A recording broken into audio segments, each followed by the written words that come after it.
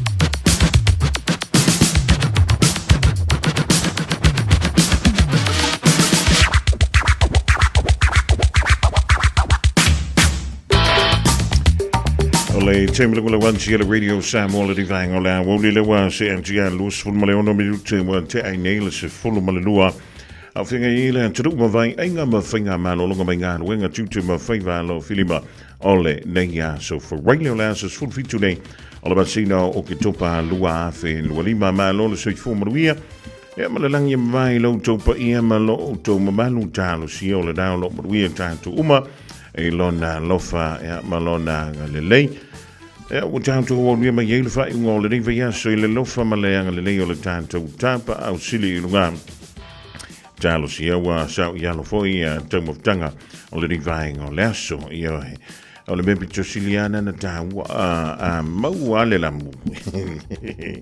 Ja, wow, maar voor je je lode wis ja, va bele mau se lamu. Al no winga. Ja, o te le voor je va le tonu tanto.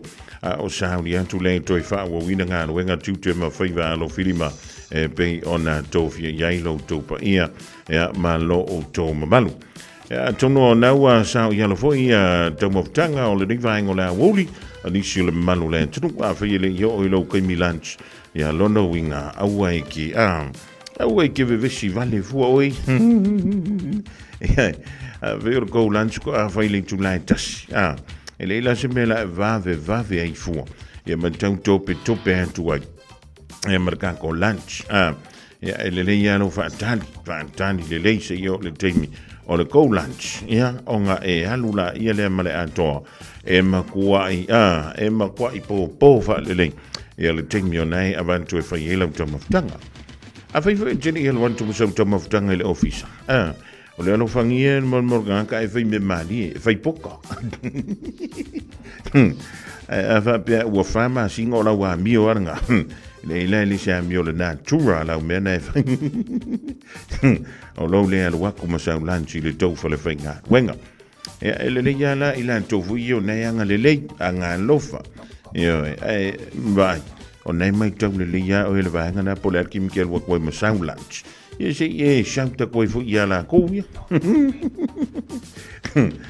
o lo mo pe an tanto pepa mata awa ia ta longa o fai ngol rive yeso e pe o le sau ia tuai ia le tanto au le awa le to Samoa ma le kiwi si ava pe foi ia le awa tu mai o le kiwi ferns ma le fitu Samoa le talamalai le awoli o le so sa so nei ina le malai o le for Go Media Stadium no for tuai o le tanto falata alona o fai ngoina o le Mount Smart Stadium I Tausanga o Mawai. Ile mai to wantu la le devai ngola wot I tanto au nei lua tu wantu lunga le penga tu fai lang. O le nawa fa tu langa mai le tanto au na le to Samoa. E mi sei le awole kiwis. Tanto wanga yantu le awole kiwis o numero tasile o chance Nico Clockstead. Le ile fulpeki mai le awole foi ale One New Zealand Warriors. O le wingi numero lua, wingi mei stasiu alo le tātou. Tudo o le sunga I a Jermaine Isaako. O le isi wingi o le alo foi o Samoa le li o Ronald Mulitalo.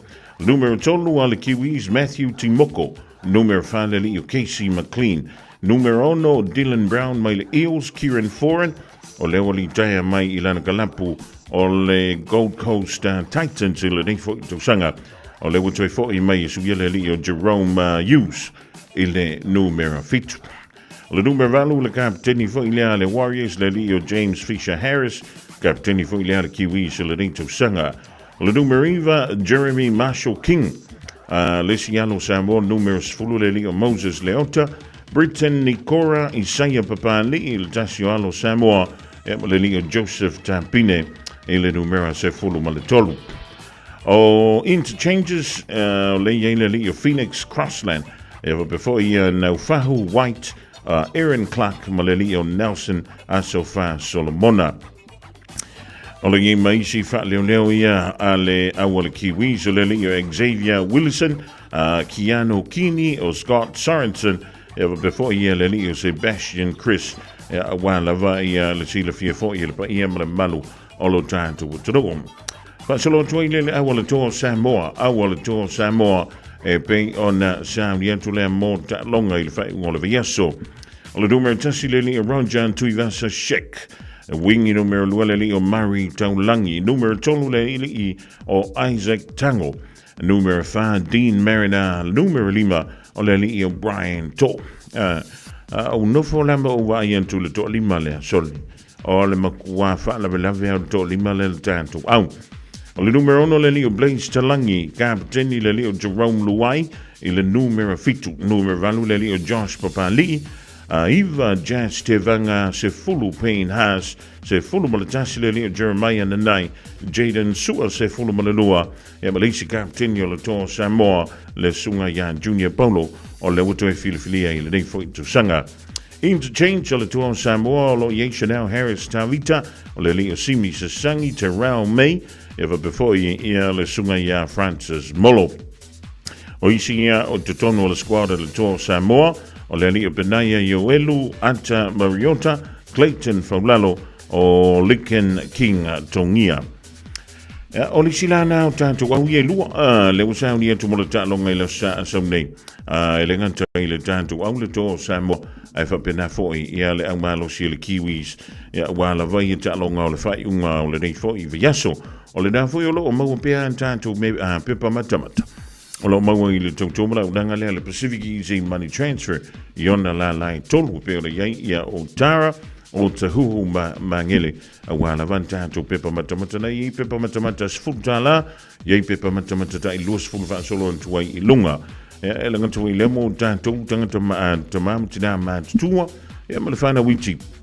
O le naima o man tātou pepa matamata mo le anga yantu leile blai I le aso sa so nei. Ia, o nisi dan vaenga mo lo wa sila fia. E la malesi tala e se mai orkala le la o fia tua. O te loa na wa mawai lau sala I le foi vai tau o le tausanga. Ia, mai le masino me I le tausanga le dei. O le masina le na le sa fa pele on amatai.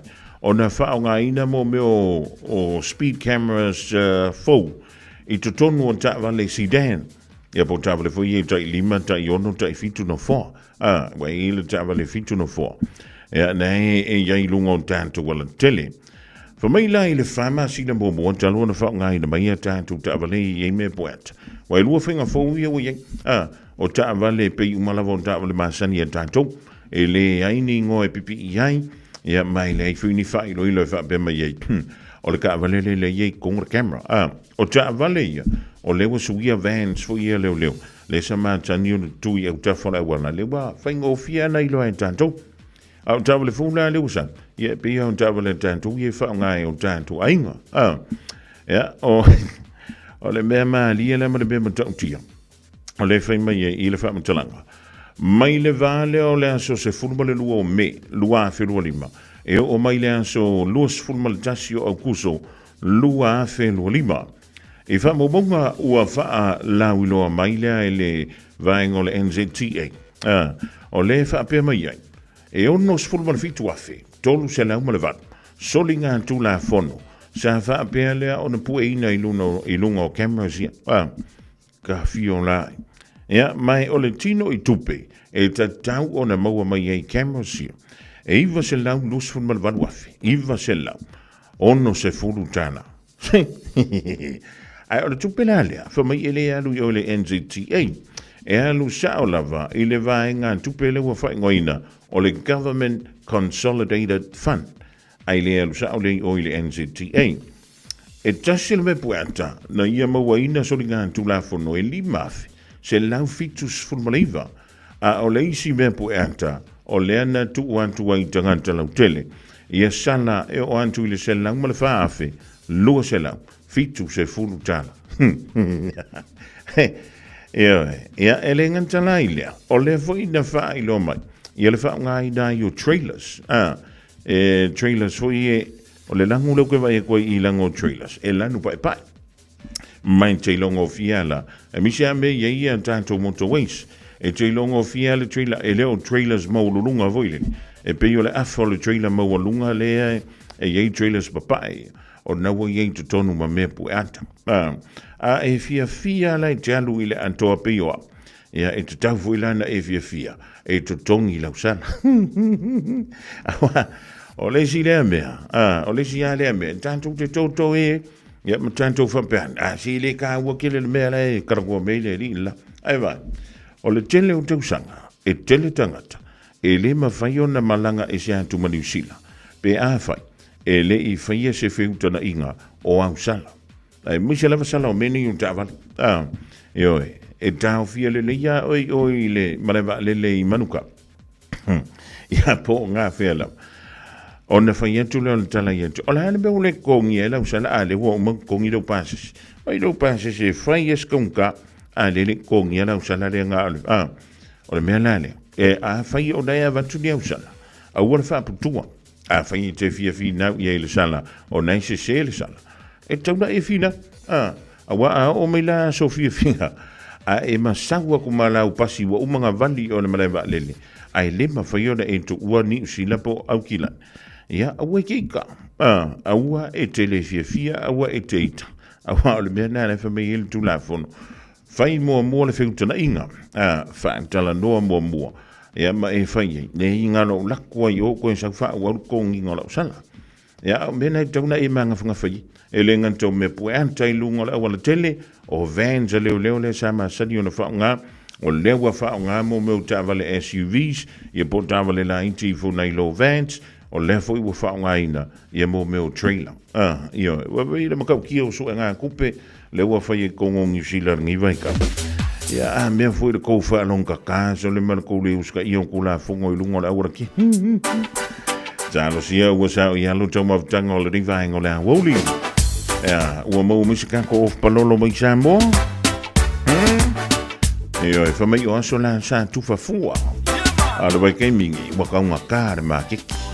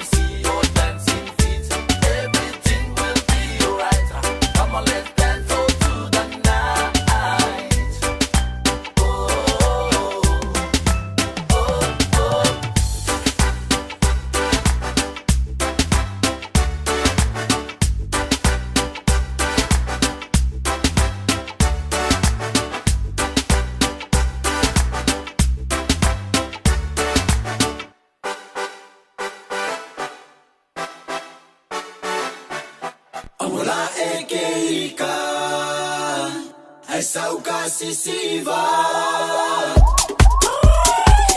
Esa la juca, si me lo vuela con esa.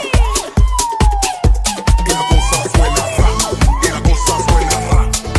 Scooby-Doo, papá, y el pum, pum, pum, pum, pum. Y el pum, pum, pum, pum, pum. Y la cosa suena ra, y la cosa suena ra.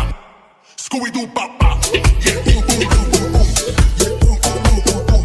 Y el pum, pum, pum, pum, pum. Pum, pum, pum, pum, pum, pum. Y la cosa suena ra. Scooby-Doo, papá, y el pum, pum, pum, pum, pum. Y el pum, pum, pum, pum, pum. Y el pum, pum, pum, pum, pum. Pum, pum, pum, pum, pum. DJ, hey.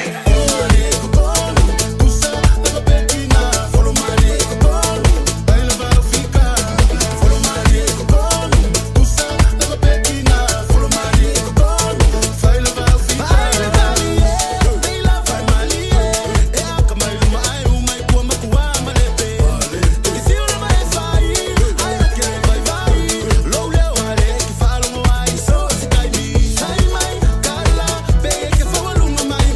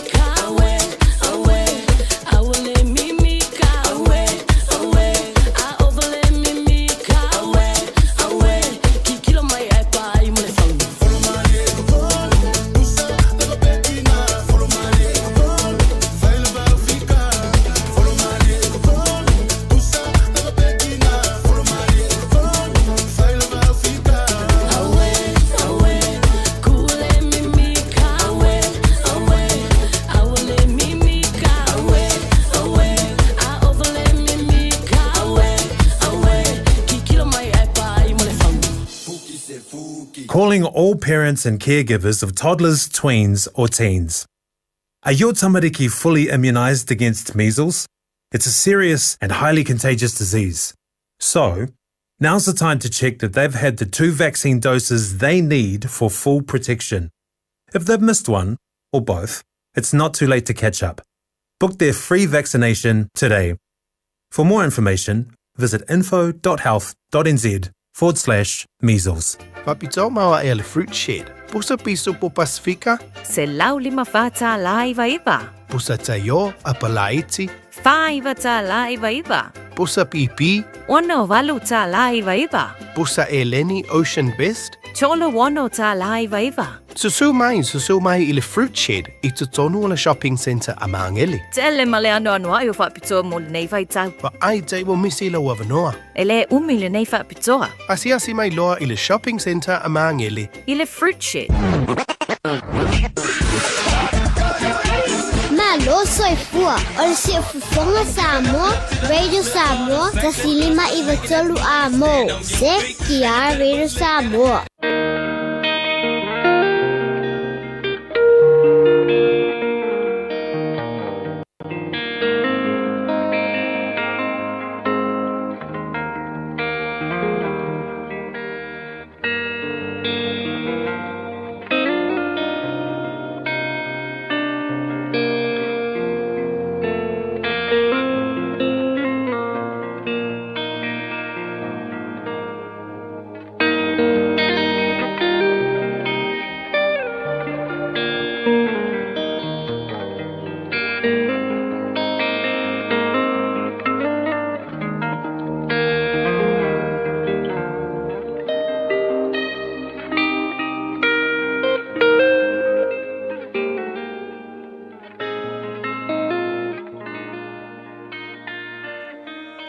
Tau mō le aso. Whaalongo ma whaatino a o onga Yesu. Hearing and doing the words of Jesus. Ma taio ma ta upu e fitu o le foi upu e luas fulu ma le wha. O le nei, ai se whaalongo ia upu nei ma whaia eia. O te whaatu saina o ia I le tangata poto. Wana whaia lo na fale I lunga o le papa. Whaalongo ma whaatino a o onga Yesu. Hearing and doing the words of Jesus. O le taua lunga mā nei a tele le nei. O le launga wha umi a Yesu I lunga o le maunga. O le mana o lava ia o Yesu I le taua lunga o lana launga. Ia I loa e le tangata whaatua. On tuu whaatasi le whaatinonga ma lana whaalongo. Ia e whaalongo ma whaatino a oa onga Yesu. O le mea tā ua lea, ua toe tuli mai e Yesu I le whaai unga o lana launga. Ma ia whaamatala ai le whaataoto. Fai mai le tala Yesu. A e whaalongo ma whaatino ana upu. O oe o le tangata poto. Ua whau lona whale I lunga o le papa. Ua tō mai le timu. Ua sau tā whenga. Ua angi mai foi le matangi tele.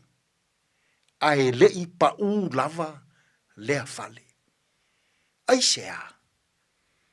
Awa ua whaalongo ma whaatino le fina ngalo Yesu. O le tangata poto lena, I le sila le atua. Sa moai, ua tele ina tātou whaafofonga, I upu matala le atua e ala I lana awhionga paia. O aso sāta I tasi, o leiti o televise, o nusi pepa, ma o onga faale tusi paia. Ua tātou whaalongo pea, ma whaalongo pea, o ti mai tātou, I upu ma fionga paia le atua. O le whaafita uli nei aso. ua vai lo tātou whaatinoina o le fina ngalo o le atua. Ua vai lo whaatinoina o le loto whaamangalo. Ua vai lo whaatinoina o le loto alofa. Ua vai lo whaatinoina o le loto mama. A o mea ia, a tātou whaatinoina. Ai lava se mānaia o le olanga i to tonu o tātou ainga. E mana o Yesu, i o tātou iloa na whaatino, ana a o onga i o tātou olanga. Samoai, ta whewhe ai a mata mai whaiwhe au, o na whaatino le loto mama. Ta whewhe pe a mata mea, a li i mawhaipule e whaatino le loto whaamangalo. Ta whewhe pe a mata mea matai e whaatino le loto alofa. Ta whewhe pe a mata mea sui tau wā o le a o i le whainga pālota Samoa le loto whaamangalo. I le nei fo yaso i whi au mga ruenga. Mā neia le lui taua Yesu le whaai unga o lana ngā ruenga. Ai a pe a se i o tātou whaatino ia. I le nei yaso. Le loto whaamangalo. Ai a pe a se i whaatino ia i le nei yaso. Le loto whesoa soan. Ai a pe a se i whaatino ia i le nei yaso. Le loto māua lalo. Ma le anga malu. Moni a Yesu. O oe o le tangata poto. Tātou te tālo. Lea tu ai. A o maia i mātou uma. A o mātou whaatino lo na finangalo. O na maua lea o le oli male fia. I to tonu o mātou ainga. I to tonu o whalewhai ngā ruenga. I to tonu o e kālesia. Ma to tonu o māfutanga. Tātou ia mala ua fio i le nei aso e manu ia ai mea uma. Lou lava suafa Yesu ua mātou te tālo atua i nei. Amen.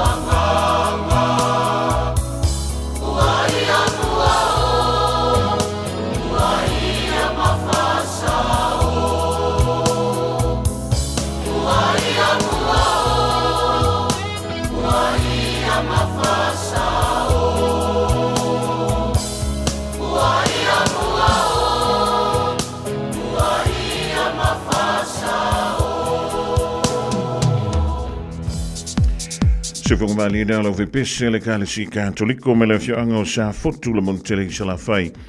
Malo ve inga le tua wa whai ngo ina usi lau wha longo e tau lunga tua i le polgana mena o le lui tau mo le aso le di aso for waile e mo le di fui vi aso antoa mo le tuele ngang wha tai le sunga le wha whingainga ia Reverend Eti so ngafa e mo lo na sao i le tātu o la wha le nganga le di fui vi aso mo pele malo soletino sili ai la le nganga wale tua malon whiringano la tua mousa isi o na whaopoponga le nawa i swope a tātou o lia le lofa malanga le leo le tāpa au sili lunga. O le tātou whantalanga i le awa uli nei i le te o le tasi be a mai a tātou telefou le a whantasi mai ai a le tātou tau salo Samoa New Zealand lua awhilua lima lua awhilua ono le tumitai i Paulina Tapua i soti ia wa foi ia sona firgalo au tapena to ile sai dinga leo sto sala Samoa le nei to sanga lua fe lua lima lua fe ono no il fa mo fa to wina ia le tanto wa miss Samoa i Samoa po le miste wila o le nei fo to sanga ele fai wi unga le masina de topa ia sa vali e tuai ile masina fo le masina November pe le suia inga ona o le finga palo tala tatu tro le sa fa tiruina ia na wa e sile fia mo tatu lo ia se temi la o le nei o la fa ia le tatu fa de longa ile po la me la woli ma fo mo al to a mo le tibei le won tali tula etas.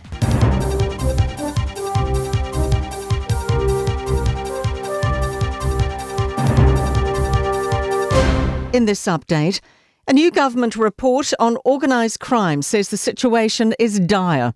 The report was delivered to Customs Minister Casey Costello today and recommends creating an organised crime minister and an across-government board.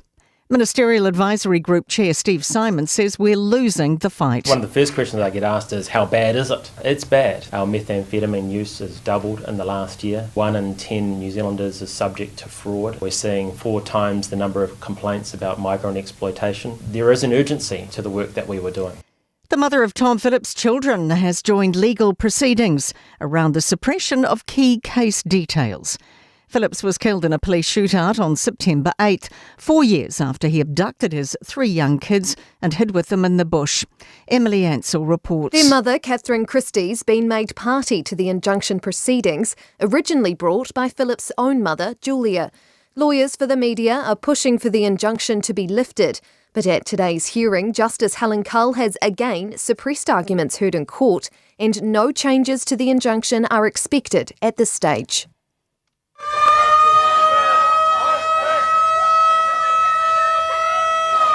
Thousands of career firefighters up and down the country are now back on the job after an hour-long strike from noon to midday.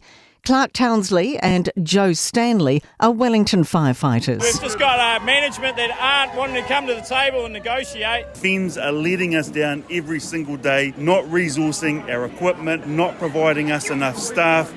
Firefighter Michael Stewart is in Christchurch. Being underfunded plays on both us and volunteers. We need more trucks. Kaipara's electoral officer says he's legally required to release a result from the district's 3-way mayoral race this afternoon. Incumbent councillors have been meeting behind closed doors to discuss outgoing Mayor Craig Jepson's concerns about how the elections were operated. They've voted to back a complaint letter from Jepson, which will be forwarded to Internal Affairs. But electoral officer Dale Ofsosky says the results must be released and can only be challenged through the courts. That's news. In sport, former New Zealand cricket captain Tim Southee's playing down the notion of sharing intellectual property with his new employers. The 36-year-old is a bowling consultant for England, with the Black Caps T20 series starting tomorrow in Christchurch. Savi joins Brendan McCullum and Jeetan Patel on England's staff. I think the way international cricket is now, there's not too many secrets. Guys are always looking to get better. There's so much footage out now, but yeah, I guess having a little bit of knowledge between not only myself but Brendan and Jeets, played a lot of cricket in New Zealand around the grounds, and I guess it can help. A silver medal treble for New Zealand riders on the opening day of the Paracycling Track World Championships in Brazil. Nicole Murray, Devon Briggs and Siobhan Terry have all finished runner-ups in their respective classes. That's sport. 24 hours a day, 7 days a week. Radio Samoa streaming live on www.radiosamoa.co.nz.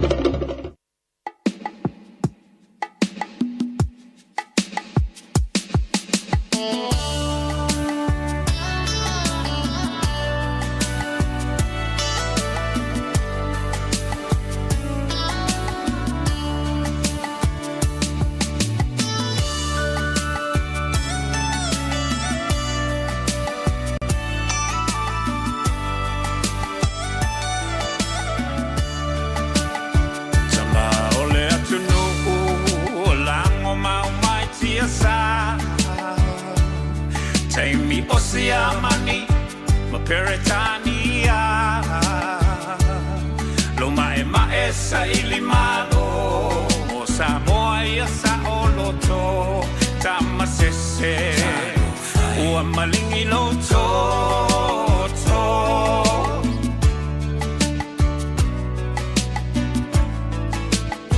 Naitina Olemau, Waula Wina Ilau.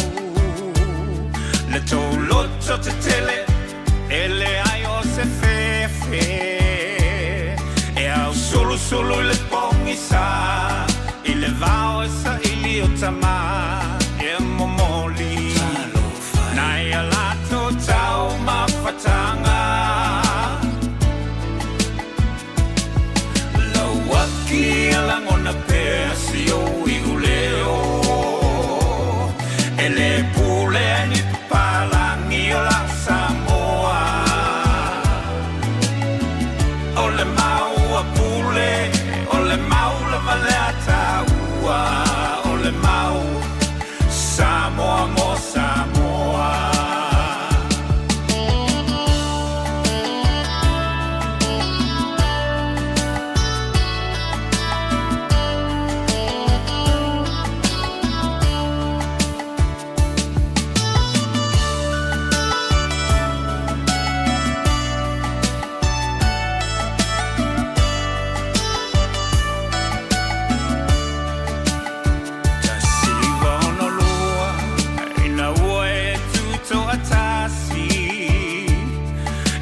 Toe pule o eni palangi tu maupe mamatala ne fa bongisa o mata seiva ai le fa kolone na lava e fai tu la fono uma mai malo au fatasi se o ai inga fai e papalangi e tele lava ina fetena I matatu manga masani Samoa lauanga nuku o taule loa lauaki alangona pesio iguleo ele pule ni papalangi la Samoa. Ole mau apule, ole mau la maleta ua,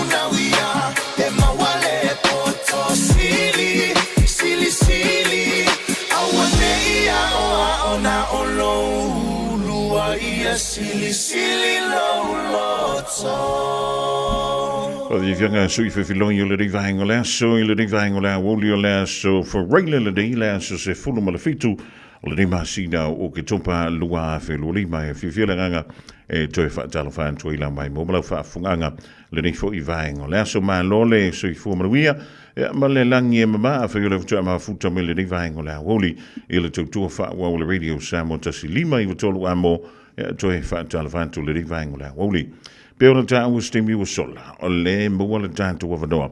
Tātou te tala no ai ma whaasoa fo'i ma le tausala o Samoa New Zealand, lua whelua lima, lua whelua ono a o tāpidātu, e sauri antu le mo le sa ilinga o tausala o Samoa i Samoa, i le sa ilinga le tausala o le tuwila, lua whelua lima, lua whelua ono. Whiwhila i le rewaenga o le awoli o leo whaatasi mai a le Miss Samoa New Zealand, tausala o Samoa i New Zealand le tumitai a Paulina Tampua i Soti e pe ona pale mai ai le tufinga o le Miss Samoa New Zealand. Talofa and welcome to Radio Samoa, Miss Paulina. Talofa. Yeah, talofa atu i lo sunga si o manu, pele whaafongaanga mai le mai mua Samoa, o mawhaina mau mai le ta whaasoa i le nei aso. Yeah, ma lo le soifua maua, ma le langi e mama, o le ato tu i le fiso mauna lau, lo o tau sa ma whai ngā Samoa, e le ngā whatau lima ina i sa o whatau waa. Ia ta alofa lava, o lo ingoa Paulina Soti Tapua I, o lo o tau sui filifilia. Yeah, it's an honor to be here with you. Sio Manu, thank you for having me, Leki o Samoa. Yeah, ma lo le sopo ma lo foi le whaamano si mai le rewaenga o le awoli. And now, I asked you off air how we can conduct this interview, and you said, well, probably mostly in English. Why have you decided that, Miss Paulina? I think that this will cater to many of my own friends who will be watching this show. And also just being a part of the diaspora where I know Samoan isn't our most spoken language. I think it'll be more easier for me to be able to connect with our tupulanga here in the diaspora. So I think maybe this is good for everyone. How about your grandparents watching? Yeah. I'm very lucky to still be joined earthside by my great-grandmother, who's currently residing in Samoa, as well as my nana. They're very lucky that they have a granddaughter that they can interview at any time. So, yeah, whai look wha Samoa malako. So that's all right, I guess. Well, now, Paulina, out of everything that you could have become, why did you want to be Miss Samoa New Zealand? I think it's a pivotal part of any Te Maita'i Samoa's life, the Miss Samoa pageant. I find that it holds a very strong stance within our community, especially in the diaspora. O le mea ngau mawhauwhau I le taimina o Laiti. Yeah. And, you know, I could never have dreamt that this would be something that I would be able to see myself living. And now that I am in this role, I hope that there's another girl like me who is watching this and seeing themselves in my shoes. So, yeah, it was just something that I thought of when I was really younger. And when I had the opportunity, I felt like I should take it. And here we are. So I hope from this point forward, anyone else, whether they're in the diaspora or in Samoa, can see myself or themselves in my shoes. Now, you're going to be representing us here in New Zealand and the diaspora, as you mentioned. What qualities does a Tausala Samoa or a Te Maita'i Samoa should represent during the Te Wila Festival or during the Miss Te Wila or Miss Samoa 2025? As the saying goes, e loa le tene ma le tama Samoa I le tū, ma le savali ma le tautala Samoa. You know a Samoan boy or girl by the way that they stand, the way that they talk, and the way that they speak. Yes. And I think that is a very true statement. I think what sets Te Maita'i Samoa apart from any other tupulanga is definitely the values and the cultures and the traditions and practices we hold to ourselves and to our Samoa. So I believe that where you put God at the center and you serve your elenga o lo mātua ma lo ainga I fo I lo nuu, ma lo loku, then everything else will fall into place. So I believe that a Te Maita'i Samoa is a godly person who lives according to the scripture and according to the wishes of their parents, Malanu'u, and tautua to those very people. Excellent. Are your parents watching this interview this afternoon? I believe they are. Now, for everybody's sake, can you tell us a bit about yourself, your education, and where are you from in Samoa? Yeah. O te sau mai nuu a sa whātoa I le whanga, sa liuwhi no whali'i, sa papali'i, ma sa le longa. I'm very proud to be from all those villages.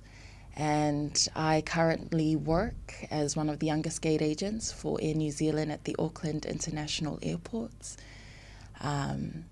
So if I do look familiar outside of this crown, it's probably because you see me speaking on the microphone all the time. So this is obviously not a new space for me.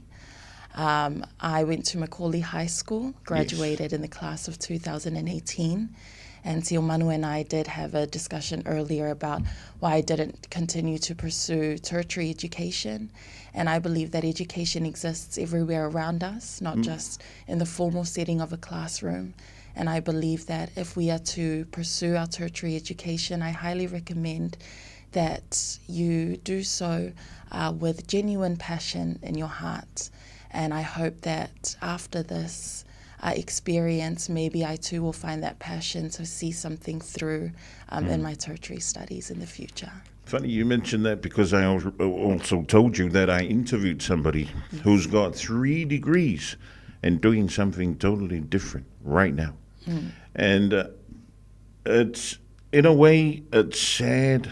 And the other part of it, it's something that really happens in New Zealand. It's when the parents ask or tell you, look, because of our status, this is what you need to achieve. Now, would that be something that would hinder you trying to be who you are or doing what you want to become?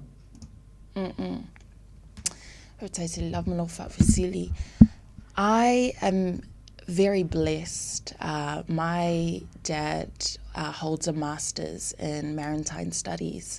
And so I have grown up knowing how powerful education is, but also knowing that we are more than capable to be in those spaces. Yes. So I would have to say that I don't think the idea that we may not be able to achieve such a thing would hinder my ability to pursue tertiary education, because I have role models like my dad who have showed me otherwise from a very young age.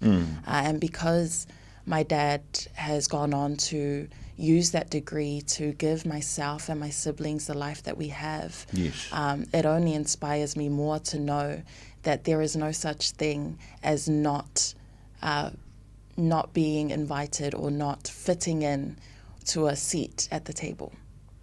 That's right. Now, a lot of young Samoan ladies out there would want to be one day sitting where you're sitting right now. Now, you said you wanted to be a Miss Samoa when you were young. How young were you when you were thinking about becoming Miss Samoa? I don't know if I was thinking of becoming, but I had watched it with my grandmother and great-grandmother and mum back when I was probably about 9 or 10. It used to come up late at night, or they used to have those old DVDs that they used to insert into a DVD player. If anyone remembers that, that's much younger than me.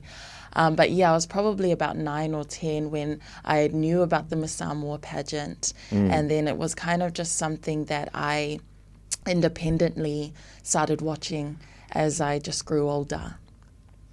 Yep. And now that you've become Miss Samoa, now you're going to head over to Samoa. What would you bring onto the table coming from New Zealand as Miss Samoa New Zealand to the competition? I know it's not going to be easy, because when it's held in Samoa, everybody looks to Samoa as the foundation of all Samoans. But we should be able to take something to the table and present it to all the Samoans, not just in Samoa, but worldwide as well. I absolutely agree with you. I think that, or I would like to think that my heart for the purpose and for the platform would be something that sets me apart. This year, the line of contestants is so strong. And while many might think that that might make me a little bit uneasy, it actually makes me even prouder to be wearing this crown and this sash, because it's important to note it isn't just mine, Elise Mianga Ua, this is for everyone. I'm just wearing it, but it's something that belongs to each and every one of us. So I like to think that it's my heart for the purpose, for the platform. I like to think that I'm bringing over my experiences of the New Zealand diaspora, which is obviously different to those from Australia and the States, and also those in Samoa. Yes. And I also think that with these experiences that I have here in New Zealand, they help shape me into Te Maita'i Samoa that might not otherwise be seen in our native paradise of Samoa. Now, you've got couple more weeks before you guys head off to Samoa? Yes, we fly out next week, Saturday morning. How's the feeling and how many of you are heading to Samoa? Again, I'm just so blessed. A lot of my family are heading over to Samoa. I'm pretty much taking my whole house except the kitchen to Samoa. I'm also taking along my committee, our amazing director, Sio Manu Te Va, my amazing makeup and hairstyling team from Jovi Studios, as well as our creative director, Brian, and my designer, Paula, and my chaperones, Sylvia and Christina, as well as my mom, dad, aunties, uncles. Ia o Mika fo'i lo'u nana, because she's already in Samoa. She's already in Samoa getting everything prepared. Now, was it hard for you to become a contestant in the Miss Samoa New Zealand competition earlier in the year? There was a lot to the registration process, absolutely. We did have to film a lot of things, get a lot of things ready. And for the actual pageant itself, there was a lot of preparation that I would never have known as someone who had only watched the pageant and had never been a part of one ever myself.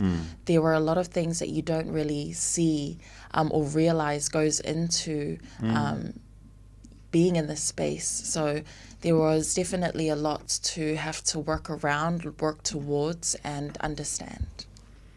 And now you are the Miss Samoa. You're heading over to Samoa. What would differentiate you from all the other contestants from all over the world vying for that one spot, the top spot for Miss Samoa 2025-2026? I was here at Likio Samoa earlier in the year for the Koko Samoa show that happens in the evening.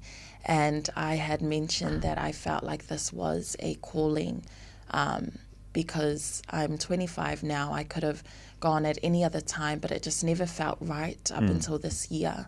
And so I think what sets me apart is definitely that individual and independent calling I had coming into the pageant. I genuinely believe that God has something in store and has bestowed something upon me that he wants me to share with our tupulanga and our Samoa over there. So I believe that whether it's my heart for our people, whether it's my heart for our culture, whether it's the experiences that I have to bring, or whether it's just the person that I am and the energy that I bring into the spaces, I believe those are the things that God has really called me to go out and share.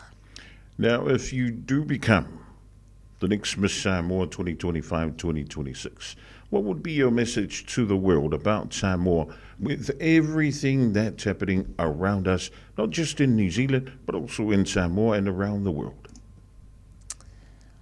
One of the things that I love to tell non-Samoans about Samoa is how close we are to our culture and how close we are to our history. I think it's such a beautiful and overlooked thing to know that we don't only have our verbal ngangana, e ai fo ilisiva Samoa, there's also music. When you go into our Samoan churches especially, the beses that we sing, the voices that we have to praise and uplift the man who has given us everything is a very surreal experience. And I think surreal is the word to explain what happens when you go into Samoa, because you don't step into an entirely new universe. You step into a world that genuinely loves the man who made everything, and you see it in the way that we use our artistic skills to paint our rocks, to create these beautiful statues and these beautiful welcoming banners. You also see it in the way that we all live exactly like our ancestors lived, with a little bit of evolution and in the industry development in there as well. But, you know, so many of us are connected to our ancestors because of our ways of storytelling, such as Siva Samoa, such as Bese. Yes. And that is such an important thing to our identity as Samoans and to our culture and to our paradise. And I think it's something that needs to be shared because it's what sets us apart, but it's also what brings us together. Fantastic. Well, we would like to wish you the very best for the upcoming event in Samoa. But I'm pretty sure it's not just you that make this happen. You know, you mentioned your dad, who's a hard-working man, and also your mum and your extended family, friends and relatives, and everybody that's put this together for you to be able to go to Samoa and compete in the Miss Samoa. Are there any people, specific people that you want to make mention of that have been supporting you from day one? First and foremost, I will always have to give thanks to God above. Well and truly, nothing of this sort could have ever happened without His love, His grace, His guidance, and His calling. But I also want to give a very special mention to my parents, who have been such amazing mentors. It's so important to note that a lot of people will just see me here, but there are also my parents who are the backbone of everything I do, who are the voices to keep me sane and be able to continue to do what I do. So Mum and Dad, if you are watching, thank you so much for your love and support. And just to my extended family and friends for all their love and outpouring of support, whether that was by contributing to the fundraisers, whether that was your words of encouragement online, whether that was just coming up to me and letting me know that I have someone there with me at all times. It's so refreshing in this space. And I just want to thank everyone else who has been in the background supporting me as well. Thank you. Everything means so much, and a little truly goes a long way for me, whether that's a hi, whether that's a I'm proud of you, whether that's a congratulations. It all means so much. And final word for everybody that's watching and listening this afternoon? My final words for everyone who is watching and listening is to know that when you put God at the center of everything, everything else will fall into place. Whatever it is you are going through, you will get through.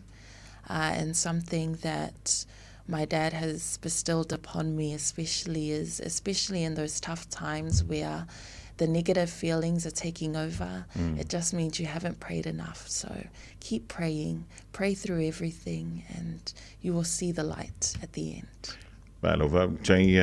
Miss Samoa New Zealand, Miss Paulina Tapu'i-Soti, we want to thank you for taking time out to come on board Radio Samoa and to share your journey with us, not only as Miss Samoa New Zealand, but your preparations to compete in the Miss Samoa 2025 in Samoa. We would just want to reiterate once again, wishing you all the very best for the competition in Samoa, and we will be watching and supporting you from behind the scenes. So thank you again for your time. Ia manuia telelanga ia tu Samoa, fa manuia le tua ia tātou whilo ia isa so iluma.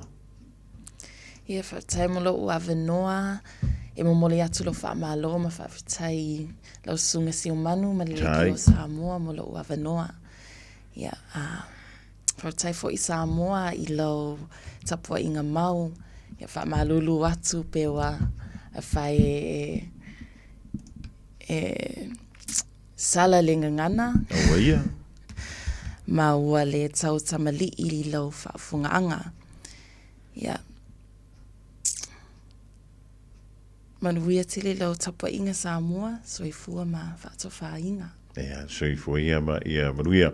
Ole tausala o Samoa lua fe lua lima lua fe lua ono i New Zealand le tamita ia Paulina tapu i soti e pe ona yele tatu filo inga ila so tau ina ia uli masao le fa moi e pe ora tapena tuaila na komiti ma ona ainga wome masani ila sa ilinga leo tausala o Samoa le tausanga lua fe lua lima lua fe lua ono ile masino Novema i Samoa e pe ona lausi le fiai. Ja, ole tawulunga na le tato fantanonga le nei vaenga la. Oli tebelunga wanti le wutoi lus fulma le lima minute ona tale o le la e lua. O fua mama laeta, mama laefa tue, o le lau mua la valea, o sa le la longa, la wafio ngai tapa au. Apea le fale fia, le fale salafai, o kui ai le paia.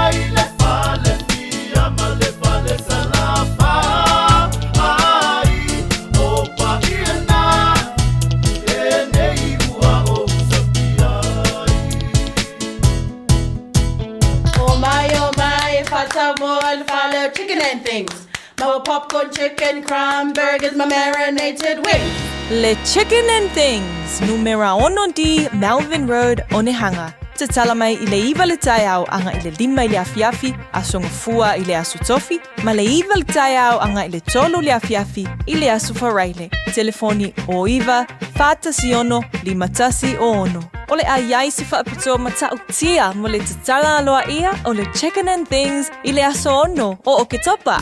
Talofa Samoa. O Atish Narayan, o le Licensed Immigration Advisor mo le Auckland South Immigration Consultants. E visosoani mo so se tu ai ngā visa e malanga mai New Zealand po Australia. Telefoni mai nei loa I le o valu o tasi o no valu wha fitulua. Po le olua tasi o no valu fitulua tolu o. Talofa o waleni o se Electrical Inspector Samoa, tolsu lima tausanga tautua ma o resta reino fo I mole waino lo mota, falsam fatwhainga luenga, fa peli pe ino vai vela ma o ngā umu. Walau mai lo waleni o amos Electrical Il o lua fitu, lua no tolu ono fitu ono lua, o lua fitu, lua no tolu ono fitu ono lua. Radio Samoa. Taslima iwa tolu. Amo. Bread of life sent down from glory. Many things you were on earth, a holy king, a carpenter, but you are the living word. Say it now. Come on.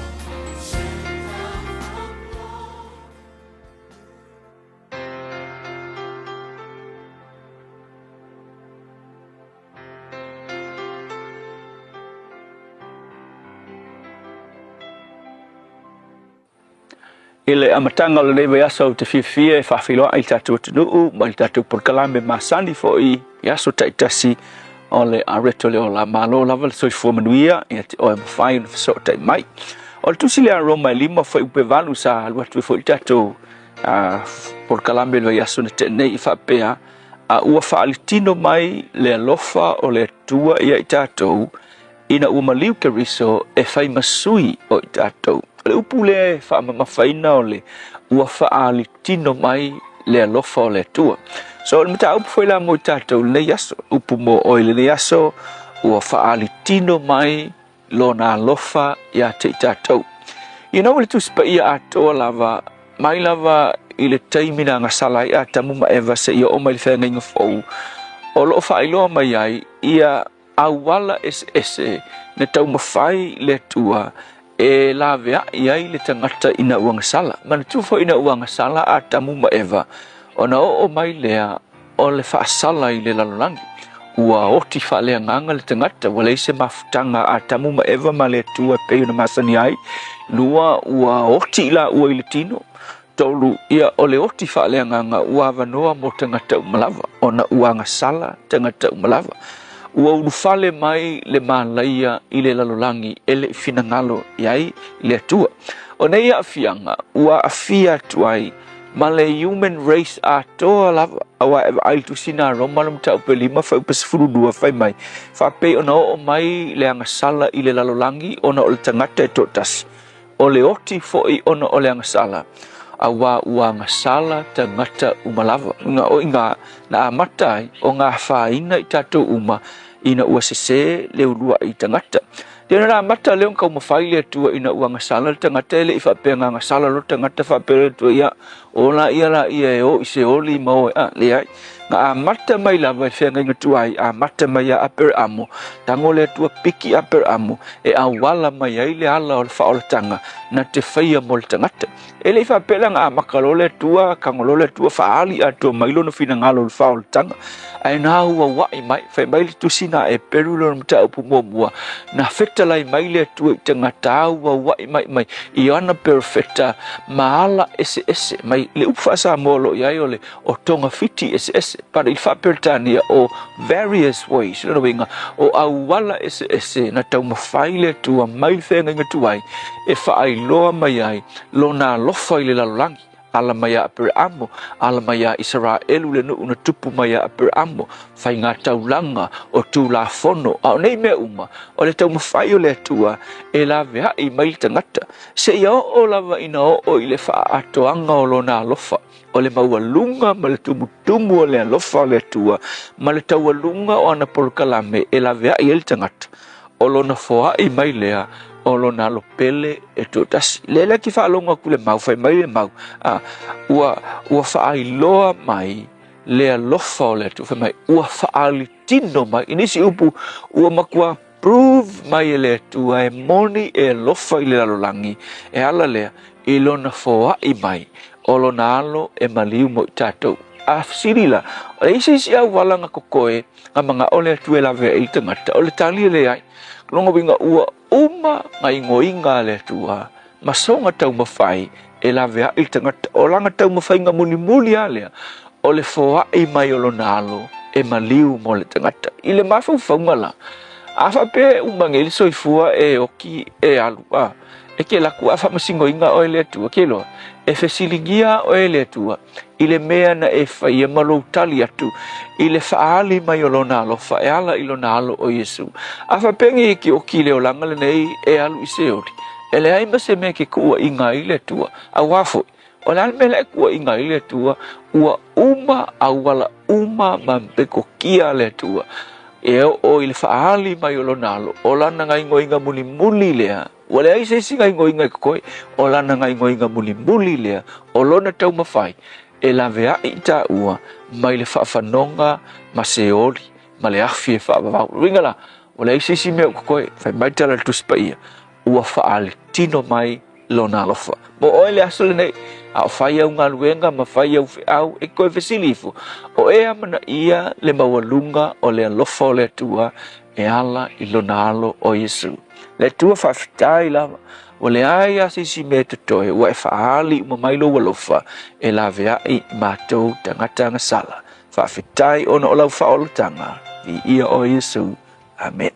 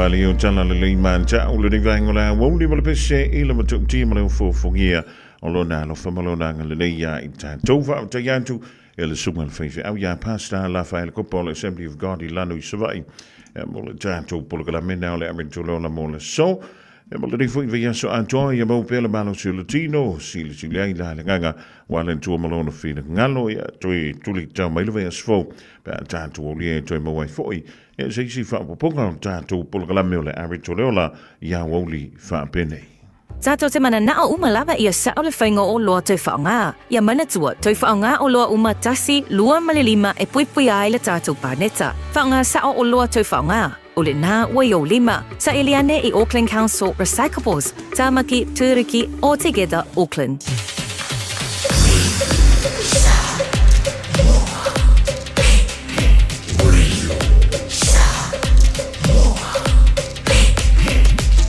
Tasi lingoi watu, amo.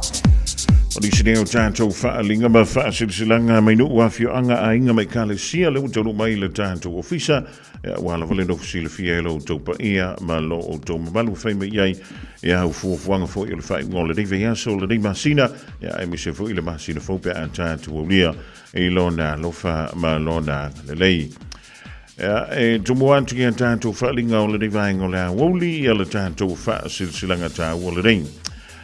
O le whaasilsilanga mo i lato uma na whaapelea o na tupunga mai i a talataina nofo i mai tua, ma tu inga mala talataina i matawhanga i ulu tongia i alipata, o lo alala i Samoa, Amerika Samoa, ma so se tafa o le kelope. O le awhiela tātou talanoanga lona lua i le tuatusi o le Church Unlimited Cafe, i le tolu pa 5 te atatu Road i West Auckland, e whaielea i le asto na i aso lusfun maliva o novema lua whilua e whaia i le itulai se fulurua i le awauli. Ma tau te wala awa tui le awa ma le whaaloalo i le paia ma le mamalu i o tūtulanga whaalupe. A whiwhio mai ma tala au mai o lau le awe mai o le a le whaatali ai i fuafuanga le tātou ainga poto. E morisi whaasili whaasotai mai i le olua fitu whaalua o tasi 5 ono o lua fitu whaalua o tasi 5 ono pe a whaia te lala i nei New Zealand a whaia te alala i Australia whaaso te iane i ale o wha tolulua valuiva iwa lua iwa fitu o wha tolulua valuiva iwa lua iwa fitu wha taiolo sinia e talataina valusia talataina le ala i Salanoa William Palmer tu inga malava alotu talataina mai fopo ono sai Palmer.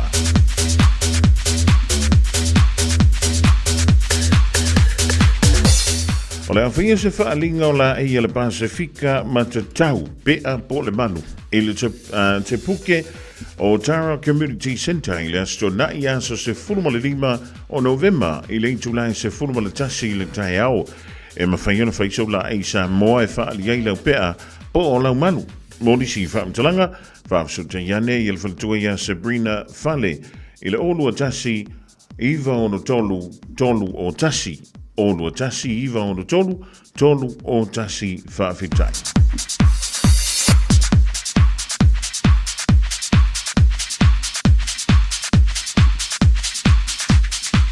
O le tusi iapo o le tātou whalinga lea mo tusi o le wau filfili male songa.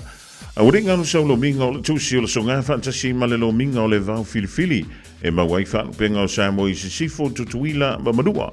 O nisi o tala tu o Samoa o ala ngā upu o le matafa i oe le matai le whainga o whaale vlave e pei o whaai poiponga ma liu le o siu singo a inga fe sila whainga o paolo o si whaalo alo whaalangingo e kālesia ma le tele o le ngangana o whaalo longa e nā le fitu se fulu tala le tau nā le ofisa o le Radio Samoa i le tolu pā tolu o na Hobble Avenue Manukau e maua antu wai sau lo minga. Morisi whaamtalanga wala aule lua ono lua tasi 5 iwa tolu.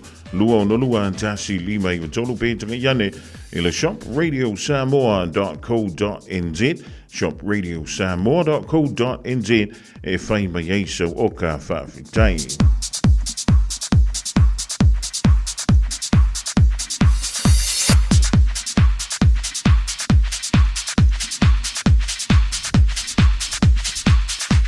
Leisia tātou whaalinga mo le mawhtanga aluma tama whanau le whianga o whanga whau i aukilani nei. O te wala awantu i lautou pa ia malautou mamalu, teinane sau paolo ma sau ngawha mātou te maluai. O le antau i whantonu ina le tātou mawhtanga i le asto nai asau nei. O le aso sfuru malvanu leo ki topa i lintu lai se fulurua i le awauli e whaia lea i le valu awa streeti o Tahuhu. O i voisi tama whanau le rinu o e maua mai.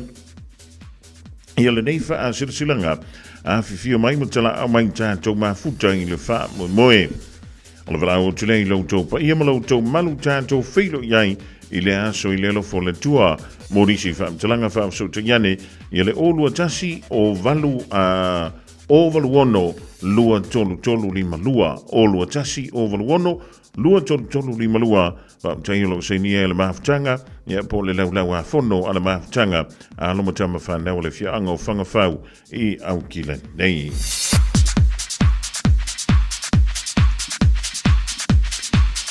O le Pacifica Cup Festival o le ta'alonga o le soka. Mo tama matini Samoa i au kilani nei e ta'ano i le ta'alonga o le soka. O le vala awantu i tama matine e iai o lantu tupuanga Samoa. I le vao le sefulu luanga i le sefulu lima tausanga le mātutua.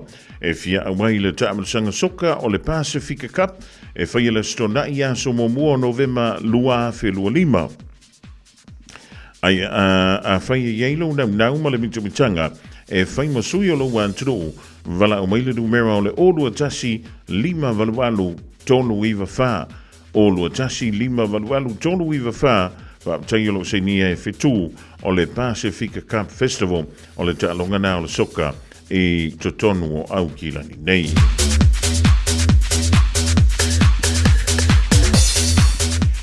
Whanotanga ale a kopa i Aukilani New Zealand. Whaamole vala awantu ma le whaaloalo. I tama matini tuai uma sa o tawina i le kolisi o Avele o lo alala mapapa au i Aukilani. O le awhiala tātou whanotanga i le whai unga o le reive aso. I le astrona i aso se fulmarvalu Oktopa. I le tulai tolu i le hawauli. E whaiala i le nofanga o le Youth Line i Manukau. I le tuantu se o le tasi wha lima St. George Street i Papa Toi Toi. A lofa le tapa au i le langi moli i tia i lo tau seifua ma so mātuola.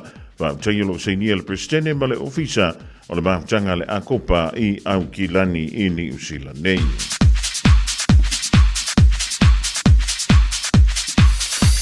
O le whaasetilanga mo le ainga sa vaina ea. Mosuli uma o le mātanga le ainga sa vaina ea ainga whealo whani pe se whea mana i le lua i sa tu yantua i sa vai. Mosuli uma lo au mau i so se tafa o au te ano nei. O le awhaiala tātou mātanga i le astona i nei aso se fulman valo o katopa lua afe lua lima. E whaiala i le afo le fulman le tasi i le taeao e ai lava. O le dofanga whaiai o le Mount Albert Senior Citizens Hall i le tolu a Wairere Avenue i Mount Albert. Whamoe le alofo le tuala tātou whilo iai le nāso a tōwhaina. Whaamtaiolo se nia e le teitei whono ma le laulau a le ainga sa vaina ia a inga whelwhani pis whemana i le lua sa tu iantu i savai i totonu o New Zealand nei.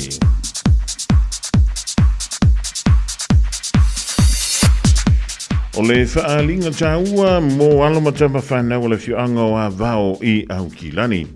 E wala wantu mo le whanau i lau tō mamalu e whia maua se tātou whilo inga i le astona i nei aso se fulu maravalu o ke topa i le afol se fulu i le taiao i le hall i Manukau. A wale tātou ngā luenga wa amata nei e ala i le malu tāpuai i lo tātou nuu i a vao. I e le talatununga o le tātou whilo i le aso tupoina o le tuatusi i Manukau o le 5 Trevor Hoskin Drive i Wiri. E ma le telefonina e mwhiona e wala au iei morisi whaamatalanga i le o iwa lua o no lua tasi ono tasi tasi. O iwa lua o no lua tasi ono tasi tasi ma le whaalo alo tele o lo sinia e Reverend Ngātai Masau, Reverend Samuel Ulene ma Reverend Whalewhamae e mo alo matama whanau umalawa a vao i Aukilani nei. Ma le tātou wha silasilanga muli i ha o lewa taunu mai. Wha salalonga le whiloa inga suli o le suafa maunga tai i vai e sa whata. Mapone ia iau mauta tāpuai ma lao whitala i Samoa o le au mamala. I le amanta mai le whalepongi sa o le tui marua se ia pa ia muli whanua o le ala taua. Le ana i te ai ma lo. Ma pofo i whiaonga matanunga mutia le sua le au whinga luenga pa ia le tua. I le nofo fantaloa o le tala lelei i so o se whaata amilo Samoa atoa. Ma antou te whaatalo wantuai tulona i le paia o au whaasausanga Samoa. Ai o le a fau nei le tofu o le o ano o le la. E pei o le whatalainga i le mauta na tulu i tau. Ma whaapito au ngafa so mantou leo. E whaasetsila antuai suli moni uma o le swafa maungatai i vai e sa whanta e whapea. O le awhiala tātou whilo inga i le tulai iwa i le taiao. O le astona i nei aso sfulmalvalu o ke topa lua whelua lima. I le monta leo lo tātou ainga I laupola tasi vai e sa fata, se I fili mafua ma fili tanganga, la tātou tō whāma le whautanga, ma fili ai nisi ua tatawai, e no nofo I le swafa maungatai, e tausia lo tātou ainga. Whamaisa tasi o upumoni a Samoa, sama o se mango, tau tai se anga waa. E whamaluluan te foi o le alela a velo le a wai mai, ma la e tolo fia ai se whai unga, o le antasi ei le tawhitinga, o aleanga I le whainga whiliwhilinga I lo tātou ainga I le aso. Wha moe o le tātou o li antu malamanuia, le aso o tau poina, mi a tātou mo se whiloa inga manuia ma le fia, e hala I le whaantasi mai o le tātou tapa au I le langi. Wa mtailo senia e sulimoni uma o lo nanofo I le ainga, e tau I ai le suafa o maungatai I vaie I sa fanta. O nisi dao tātou wha silsilanga leo tanu mai le rivaengo leso, a wala wale longo pui li o lau tau pa ia ma lau tau malu, ina ua toe luas fulmon tupu se kone o na tāle o leitu la e lua. Tāle lua, tātou tala I vai whanua.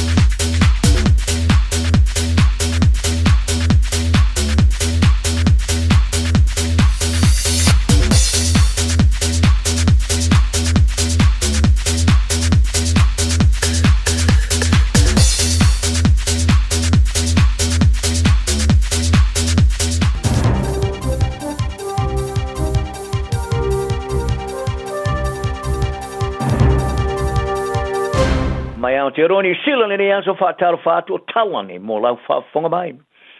Wa mana tuaina tai whaaporikiki New Zealand e le pāne mia mo New Zealand na nai Jim Bolger stanga te mawa e tele ma stanga te savali ana upo. Le pāne mia mo sa maliu le sol lulu le vaso nei le ivas fulu tau sanga o soi fua a si o mia lana whanau to iwa se fulu valu whanau an whanau malona whale tuai a chaun malona inga. Sa whaeroa le pāre mia ni sila Christopher Luxon e le Mario Bolger o se whaanoanoanga loloto. Ma e tā wai o Bolger o stangata sa mawa e tele whainga whaaporikiki ni sila. Ma se tai e mau di tū ona tele tonunga o se tangata tau tua tele mō tangata. Bolger sa whae ia e le whianga o wharela tai e le suafana nai sana malangatu I sa mo ave ma pāre mia. Sa urua I whiriwhiria le pāre mia ni sila le a whiri sa lau whiri marelua. I siria mare tols futu sanga o tautua yani sila. Sa ave ma pāle mia ma le a whewsalau iwas fulu e o le a whewsalau iwas fulu fitu. O le pāle mia mo muatu ni sila to o savili John Keys a I whalia. O Bolger o stangata e tala noa mani manatu malosi. A e na te le whailoina I se winga whai wha malosi. A o ave ma pāle mia I a Keys a masani ona vala ui ai Bolger e ofo I ai ona manatu ni mita upu. O talentinga sa mo Don McKinnon sa ave masui pār me ia Bolger mo ono tau sanga. Sa ia whari ai, o Bolger o stanga te matua I o whoinalan tau tua I le tunuu, le I tūrangi, malona inga. O le tamai tai pāre mia mo moatu, Helen Clark sa ia whailo whoilo na whanau nonga tele na mari o Bolger, mo ia tā uai le ato o tō le tau tua, po lana tau tua le I New Zealand. O le tai ulo le pātia le leipa Chris Hipkins, sa ia tā ua whoi. O le teimi sa ave Bolger ma tai o le tunuu o le vai teimi lo le mawa o swinga I te mawa inga ma mata o pulau tele.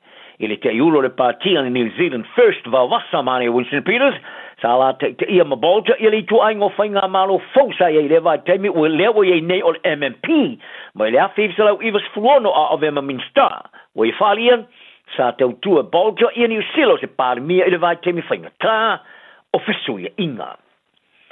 O matuai whātua ese ma le whātua o ia fona whāwhua le palola I le aingo Caleb Baker. Ina ua mai ana te tala I tua I lalo le palola I le tamai tai ave loli sa ia whasiotia le tamatala vau. A le ia o le teime ma whaia te tala I tua. O le aingo le tamatala vau e lusfulu lo tau sanga sa la tūlongo. I le maingo tala le and said me.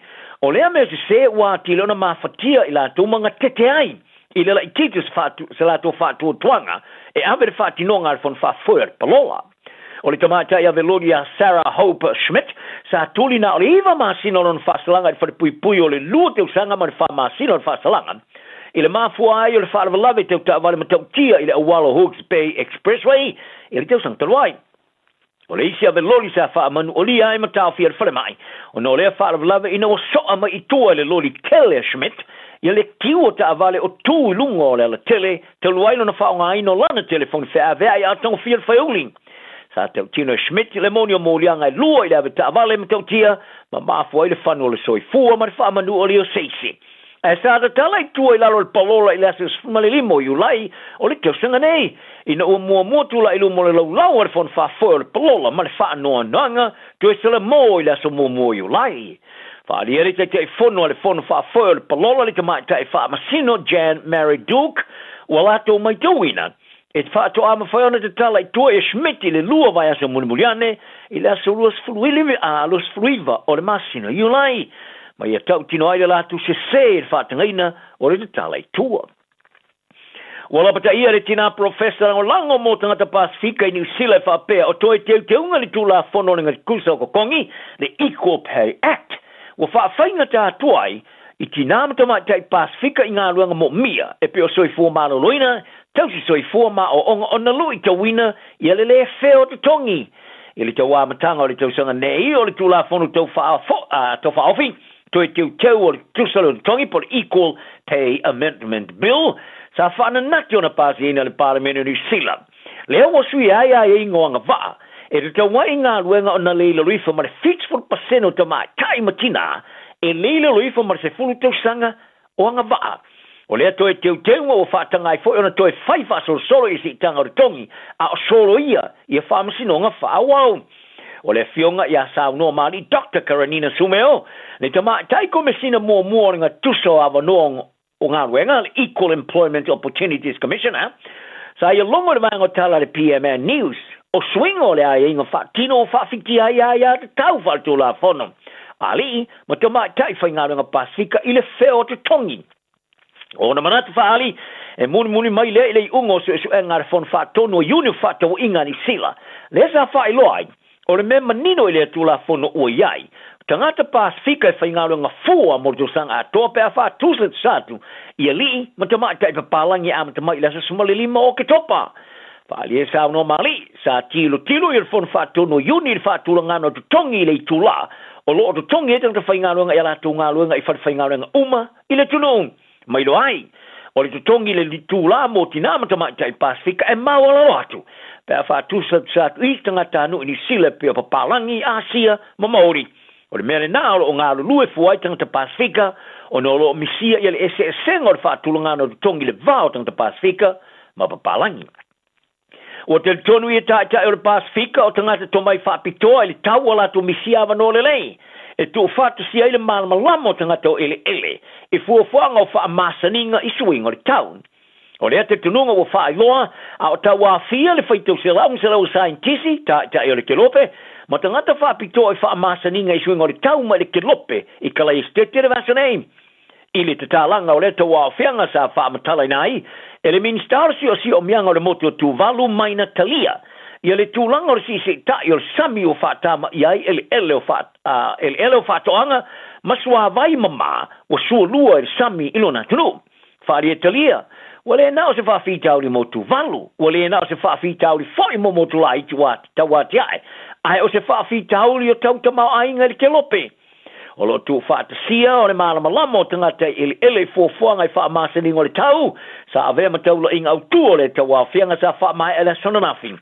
Sa longo e talia le Tony Sila Pasifika, wo ia langono ni whaamasaninga o se fōra sanga whaatunu i sifo. Ma ua mo mia ele whaasa o loto o tātou mawhauwhau mai whainga whaakolone, whaasa o loto mai o tātou nganga, pe a whai tātou te mana na o tu whaatsia uma, ia fuafuanga o whaamasaninga, e whaavaina tangata lautele. O le maulunga o le tautonga Tuvalu mai le samia na o le whaama le awhamita. I le li poti mai le vaianga whapito suenga le vati e tea po le nasa o le wafe ma le rufutolu. Sa mauai o le o Tuvalu. O le a mangoto i lalo atu ma le whatula ngano le maulunga o le tai, i le wafe ma le nima se fulu. Ma o le whaafato ai o le si tai o le sami, wa amatai le malo Tuvalu, o na tue tanu le sami. Se tasi o whaatau moava o poloketi mo le whaamasani ai e suinga o le tau. Ta alonga, o whaiere whelo inga whelo ai mo le kiwis a New Zealand mo le tō Samoa malatu aulonga o le basare. Sa whaali ai Ronaldo Multalo. Sa tō tele atu ai le aulonga o le tō Samoa. Ai o le tilu ni aulonga o ta paina la tō saini mai i la tō matama Samoa i le au kiwis o se mea whaapitoa. Ne pio ne whaali ai le vanga o tala tangata Pasifika. E ulava le palasi o le tibu ma le susu, a sa alolofi atu lava i aulongalanga o le kapiliki Ilmalai, Mount Albert i au kilani, i le aso whaafeilo ai moa lua. O le aso sa wha mapupuina, e rusai magta alonga le whaunga le vasone i le vau awali i matama tai i atunu e lua. O tama tai le fitu sa mo ma le Kiwi Ferns o le New Zealand lea, o le amo mo ta alo le sa. So atuai ma le ta alonga le vau le tō sa mo ma le Kiwi. O muri talo, o toi fili for Kiwi sa i whaari ai e tau tele, le toi taliu i ala tō au tāpuai. Muli talo lon tūpo anga o Samoa mo te alo foi moli tō Samoa i le lua tūsanga o mawai. Ai ui lava, o le aso sa o le ata alo mai i le isi tūl malai, ai o lo i e tau a vea lava ma le fia tunu e lua i talo o te tele. Ai e tā wai, o le mea e taua, o tunu o mai lua e tau sinyo i talo o te tele, Samoa po le Kiwi. O se loia laulo i sini Australia til tonu o le ta amila sanga, o le tau sanga mo le sfurtau sanga o le whasalanga e whaia e tangata ta alo, e whaia whiutana inga e po o le seinia whea ngainga male ta amila sanga la kapi whatu ese a le roll koluonga opo le R360, o le after ia ima whawhi tau li manu i tau le whamasnonga, ma ia wha ingo ai nei fuafuanga forward ta alonga o le tau fia o whe whatawa inga.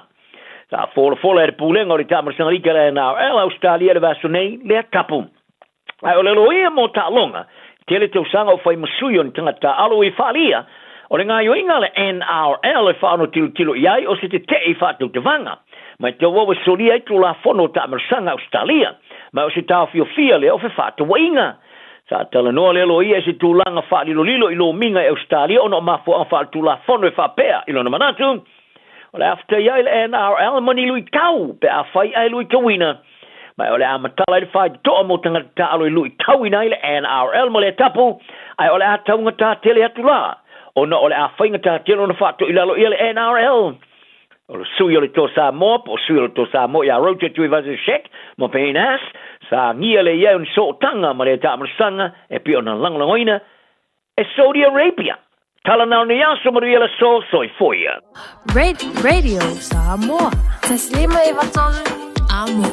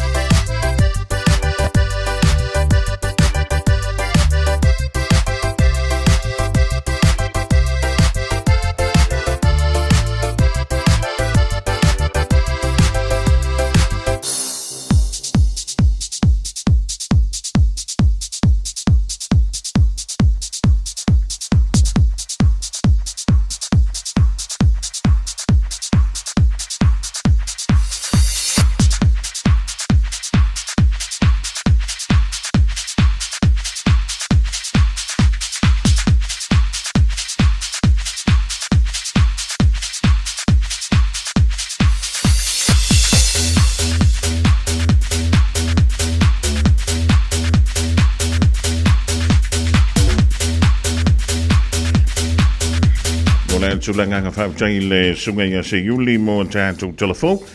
Pio ne whafunga ti le divaingo la wolia o Saudi atu mantua e piki le whana wa onga i le tuai wa onga i le reifo ia so for Rayleigh.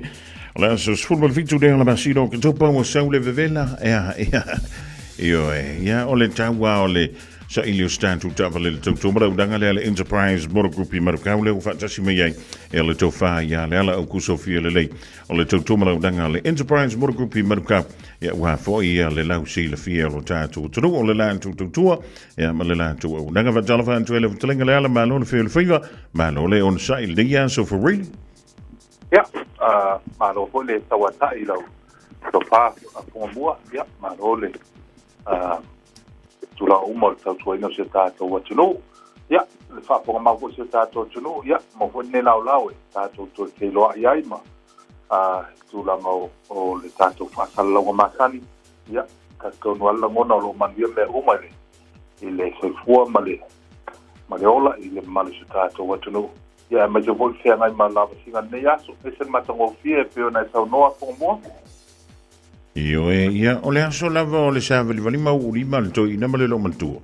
Ia ma se i whaasingo po whiraka vale mga o isi koe inga po si lo makua vo ia ri le.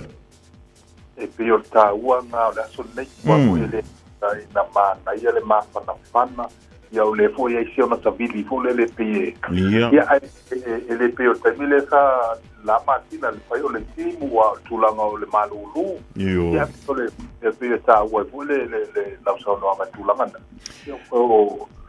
O le aso ai le mai matamata tulanga pape. Le whape fu ia o le matamata tato pe ia leo mea umal te mea tasila whaina matamata nei matamata tae au koe makamaka lasa. Umalor ka longa altoa ai sangi rom pepa la zonga fu. Ta ua lau whamanatu lea ponga mua wa fuila e pe o le tāwale a ia leo se mea fuile le tau mo fia pe o le tama tufuli e tipo le o le aututulai o tāwale o le mea lona lua le po le second expensive fuanga il mokesin tulanga pena e longa lua ka tāwale so e tā ua tulanga fuile pe o nei tau noa le ngata na o mai au tilo i le condition o le tāwale, o lona tau, o le kilomita, o le peimeni e le atongi ai. Ia na o lola i so le pule po latu langa le a pe ngā patia e fua le pakete o lo iai. Ia pe o le mana i pona o lau wha manatu. A wale rush po lele, you know, take time ma tau pai po lele papale. Ni uma i tulanga ina ia awane i tulanga po lele ma patia tulanga peimeni. Ia mato tu poi mi su fatti ta udile tu la ma le credit le papena ja o le mena i te wiona o no sai tanto vui ba on to fantu tavoli wanis e mena wa e on tu lo ani ai coi picchi fo yangi marcava le ia pe o le ta wana ta to o na il tu la o le on e tasi a po le less than an hour o mo le tario la o le afoia o la application lo no winga o no ia mato ia in-house finance o una tato pasta na ia po le lima le 4 minuto o ma lo application at the same time o la ia le finance law I mean ia tanga law afoia ma lu mai le background for it within an hour ia lo mo tino ia pe ia ta pena lo la ia ta vale ia mo pena Lele ia ma lo le o sai ma lo foi le tautua le pai ia ma lo le tātou tro. Poi si lo tau sanga le tautua le tau compania le. Ia pio tu langa na ia o ma le lima skole o swale le lo skole tau sanga ia le tautua le enterprise ia lo no wingo pai si leva ona ai si lo filo po ia tātou au nanga i tu langa po le o i tu langa tau ka vale tu langa papia. Ia, e peia o taita fo ia fo mai le la le ko tau sa ai pai o tava ai le tulanga fo le o lai matua o la to kwan lai o mai la to fana o la to fana e fo le li o tu tau sa mari so o le pe tulanga fo na le enterprise ia o te le tanga ma ia o le longa lima ile o ka vale o bakui o le longa you know so o pe wa o le tulanga na o to tele fo ia ma fo ia tu la ma le o le customer base ale ale enterprise ona o faisi le mana na tautua fo ile malo se tatua tino ia mai se lo New Zealand ato ele malo fa tania au mai so vidangano le santa fa tai o fa ngol riva ya so wa tilo na mo le ya lo temi le to sa mo le fe sa ia mana ia ole ol matla telefona na tatu fa to neva ya so ia po pe fua ole le weekend ya temilan nei ia lo ia tatu ta vale lo pala sila lo le fitu afi ile tulanga fo lele ia pe a mata tu na ia tulanga ia tatu ta vale te all fresh import lo no winga mo fo ia fresh ona o nei New Zealand tulanga uma ia o ia pe au tilo fo tatu payment ia po le tatu tala le bayaso so ta o tatu ta vale uma lo lo toaka o la fo i mo lo tatu website afa pe o lo ia uma le ngata o le payment ia po la fo ile time le umi te mala o fai ai e mo uma lo ina e fai ana mo uma lo tatu website tu la uma ia a o man na yo fa le suma ile ia le ngata lo tanga ai fai na e avelta vale fa fai le test drive ia po o ina ia mautino o le ta vale la vale o lo pe tau le mana o am tu la fa pena lo no winga ko lo ma fai ona pa nga yo tu la uma lo tele mana no e tato special ia le tu la ma time nei ia me se po il fa sa le weekend ia ava pe lo e lunga market ia su mai ma sala mai au tato telefoni ma amin tato tusi o le lima ono fitu ile lima fitu tolu i nei Grace Half Road i nei Manukau ia po lo val au me fo tato telefoni o le over selau ono tasiono pata si vali o lo mato ma lua tu ma tunga le pule ya Cherry Cool ya o tamafo ya tawo papo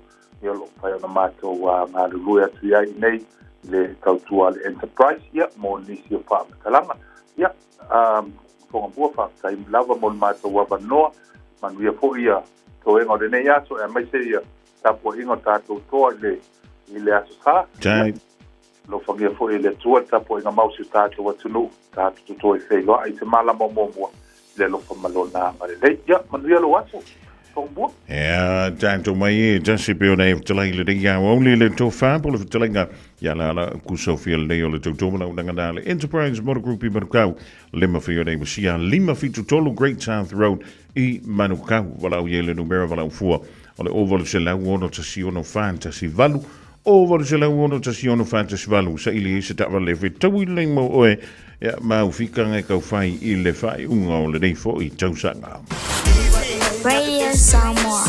Taslima Ivatolu. Ja, wa lus ful mal family to botene le to line lua le wa saudi to fo ile maluman to wa ma ta vale piki le fana wa on stemi ele o toy ba wa telefon to ya Steve mal ai da I Canberra I Australia sina leo Nicole Wea to mau ai non nuva before Rachel Sifa o Georgia America Daisy Moemale Ainga Christina Janovasa bo Seta da Samoa ya lo vionga le saoli ya tuala foa pantea wa ia fuala awi nu fa tasima vai ona fa ngole ni ve yaso faila un poto fa talo fa tia tusi matimo ya va pe fo ile sunga le taita ya aulano o lema tumaina I pan fe ale lo ya ka uri ngonga ia nga Queensland Australia arona sila ma lole ta fa fo ile di va ngola woni mo to uma lo fenga I manga luenga ya poi fai mali ya wa vevela ma lulu wa sa vidi de sa ulistein Soy el foile wosi, se lava ua e oti, se lembra oli sa pasuile a un mai le na sala.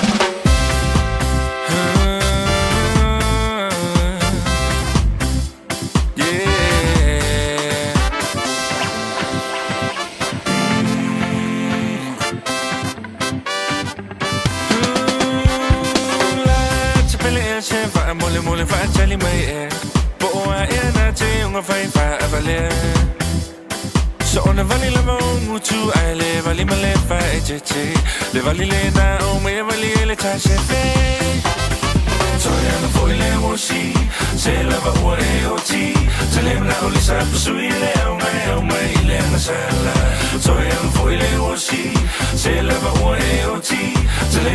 sa pasuile au mai le ngasala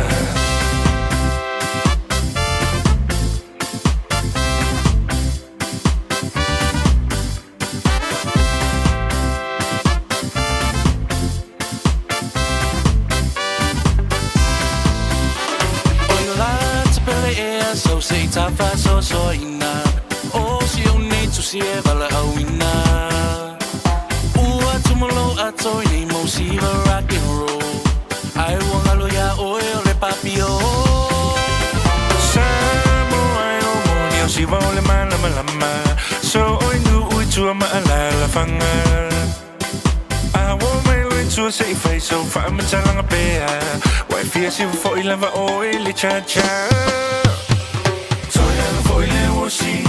se lava ore o ti se le na o sa sui le au mai le sala so e foi le o si se lava ore o ti se le na o sa sui le au mai le sala na na na na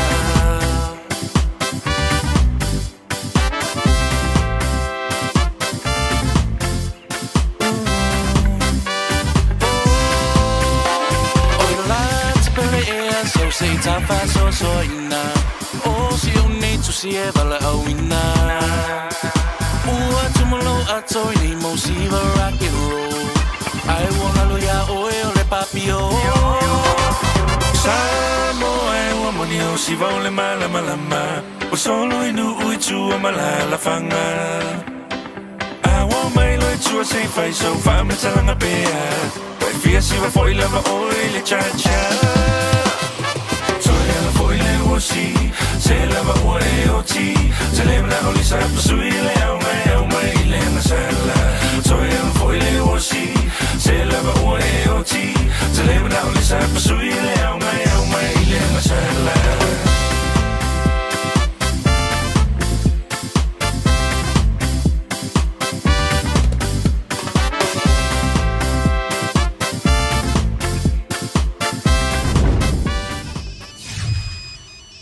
Hello?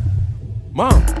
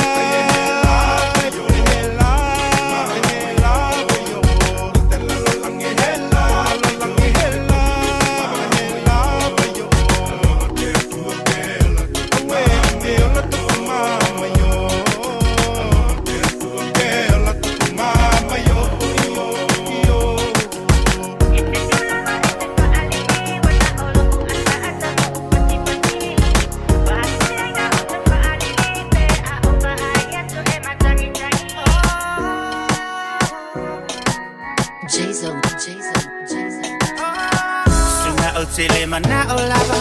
E fa'a pele pele o ene I e matanana. E nana lava lo ua lofa. Ai fa'a polonga o e pe e te ma sola sola.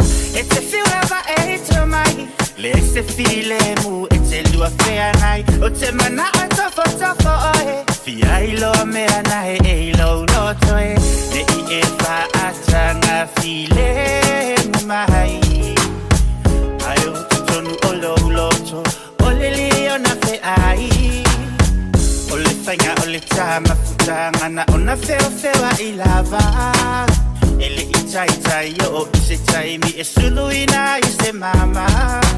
Sunga se ilonga ha e pasi. O lausu e na pe e te lava o no sai. Fa ato ata no no fo moi. Ai ua mautino halo halo whai o I le oti. So a ufa alisa o atu. Lea lo famoni lea o te no fo mau. E le o sa o fia tama matu. Alo o fia manu malo I lo fatu. E te tiulava e te faali I wana olo u ata ata mo u pati pati. Wa atili aina o to faali lipe a uba ai atu e matangi tangi. E te tiulava e te to atuli ina I asu ia ia winga faali. Te to fata fa o e la uhani pe e te lava tatari fa afita uli. Baby awe deika, awanga ya fika.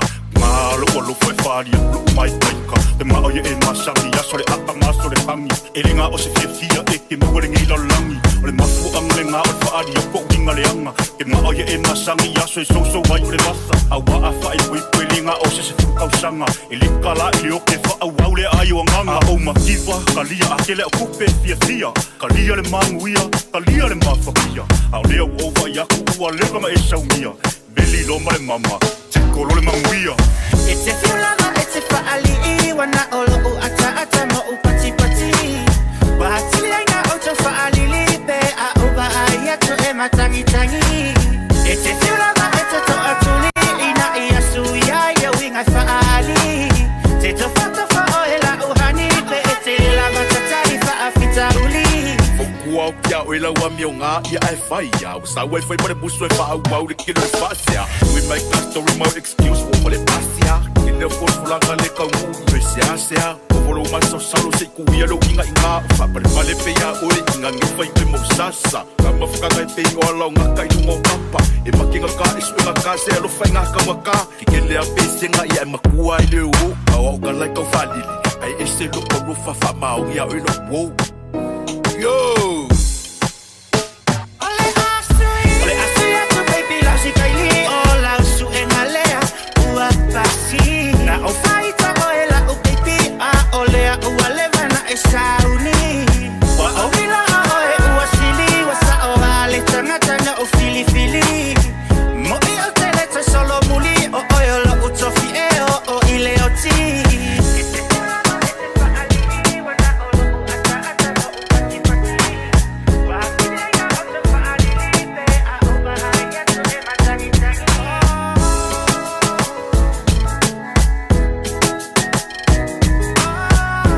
Nau mo so manuia I le Unitec.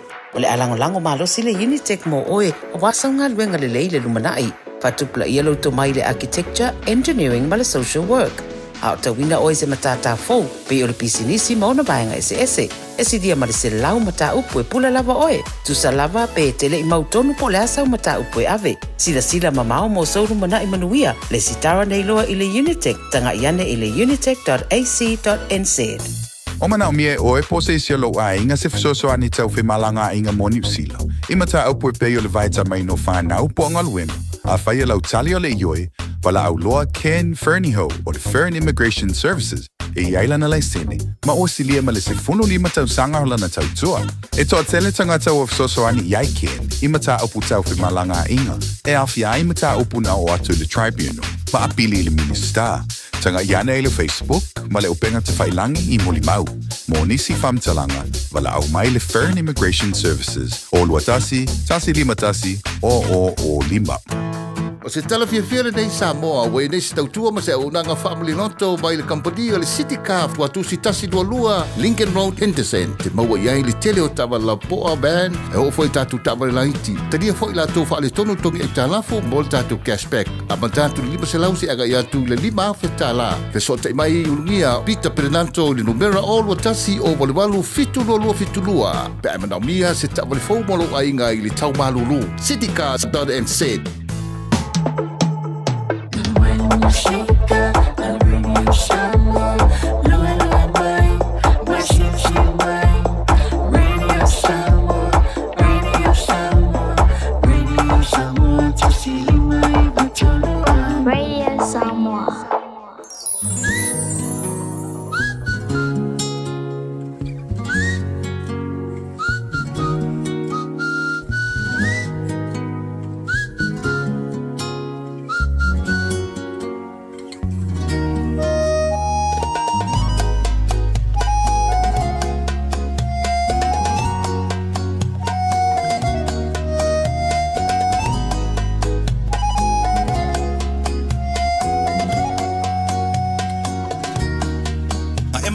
Sila no kala ya ke au eke koe fo i mai ama wana ko kongi vai ya soka ai kasi ma eka ngoi la fo mai ka fa ama vai songi aku songi mai ma ese bye bye a kole ma singa au o e Teresa wa ese love vibe mo vile kai po ai li kai kai I reply mai ile leva ole po wanga le good nights po a e winga ngai me kinga ma yo lo fai ai koe fo i mai ngai Mamu elele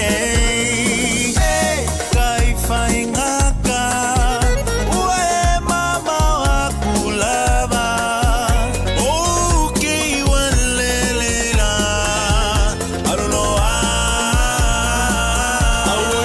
I say wasili ai no kalinga le kama fukanga okay ofo ilole alofa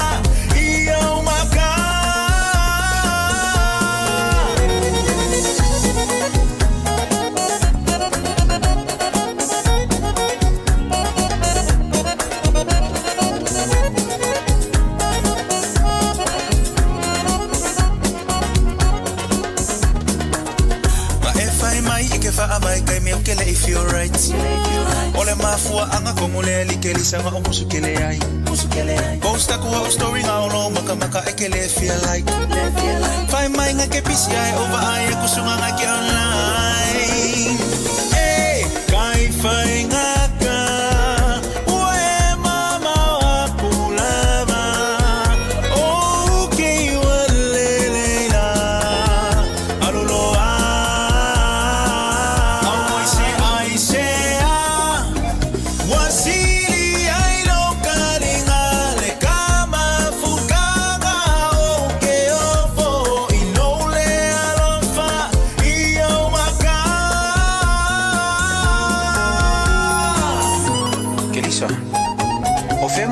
Fofa ke faya ko nga isa visa o leva nga ulele ya ko ka fafsa nga yesi e kala mo sa o ma ya ko la mele ku puile vale afa yo si o kele ke ya ka kala sa o mai lo fa kali ya ko kele ya ngo mai o ma ku lo fa o ma lo si o ma ku lo life o o belonge e kelele kai faingaka wale fama ngilava okay wale fa soy fuwa I say wasili ai no kalinga le kama fukanga okay ofo ilole alofa iyo maka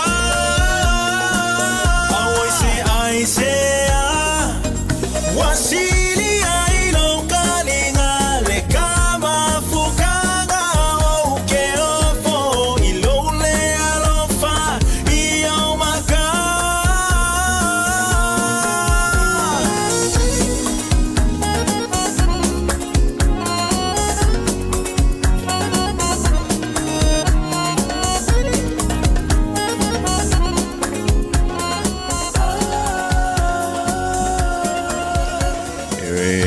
Malo Romeo Sabbath, but the Yan Teresa. Sawing and wing of having Tamia or Lawa Ngalo unto the toy in a matomati. Linganta for Ilia, a fayo Gamalo, Milling, South Willie, Leffing and Winger. O imma to a pair mammy malfan, all of my to me Sam Moa. But let for you wherever I was use you, Lanu Malalan Lava, love for no out terror. I've up if you're tanto night, aus Italia, yeah. O mai tanto, o ngai fai makalang oi sa moa. Ia po le mea fui o naua i eisa wa i o e sau spea i ngai ngā ku. A tala vai antua ia i lanto umalawo lena malanga mai sa mo i ngā wenga whawai taimi anto no e mamau. E au fi anto i tanto i nei New Zealand ma Australia. Ia, ma lo le whai o le whaiva, ma lo le o le sai, ma lo le tauan tai. Ioi. Kala whai ngā la ko ngai kamalei ma kingi lei. Au ka kou fwoi lele pi e kauma. Kau whai ma offside le kiki. Ia antonu e au ngā i ele tātou whātunga le daftua au mani e tula. Ia toi wha manatua tua i le i o lai i le au wha muli e rita. O le i le au laka pima le au ngek polo le wha muli mai Samoa. A e le na o lau sauna wa e wa i atu ia au te aroa. Oka i se la poa. Koe ke leo le aku. Ia ne wha pele i le i wa motu sia e musota i ngai Samoa. Ia na o na tātā longo atu pēr ma se whau makuku aku i o au kawha. E pō le stafu nei le lao lona sā. Au e mana tua lau songi malau malau whaato wha malau tangi le malai wa lele fo i lele.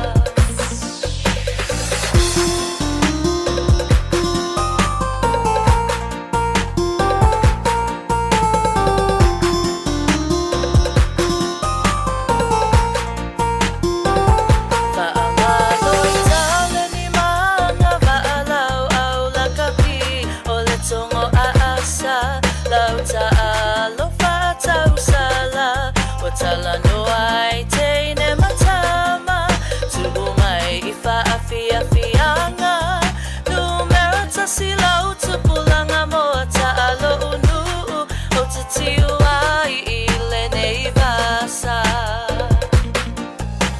I feel my utafai no ole matua Fifio asima le patuma ainga tolu Baliu mai lawana tai Manongi a manu matama pule no foi tu ainga Ofua tamanga fa Fifio mai utofai no ole matua Asima le patuma ainga tolu Baliu mai lawana tai Manongi a manu matama pule no foi tu ainga Ofua tamanga fa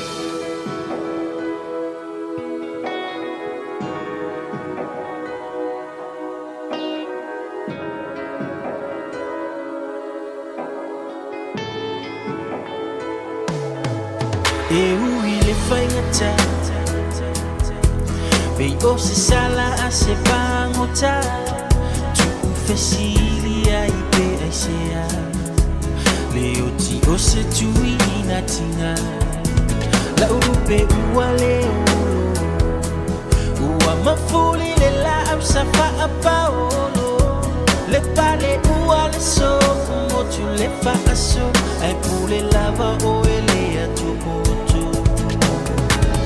Luali isi elo fa mai o vai vai Fiu e fava senga o nei tinga o ya Ua moa tu le sa taula ya yo le va ai Atua o bona le de ipu o winu ai Mai mau pe ana ma faina toe liu le tai Lo leo ma lau kitara se yo toi fa lo ngota si Ui I le te lo ua e fai pese a ile lani Ai o nolo umisia o oe e mafua I lo tani Fa afeta I manui a le nei ua o sapai I le tale ni sa e fina ua o sapi Mapui e le a ai o anganga Tofa o e manui a lau malanga E ui le whaingata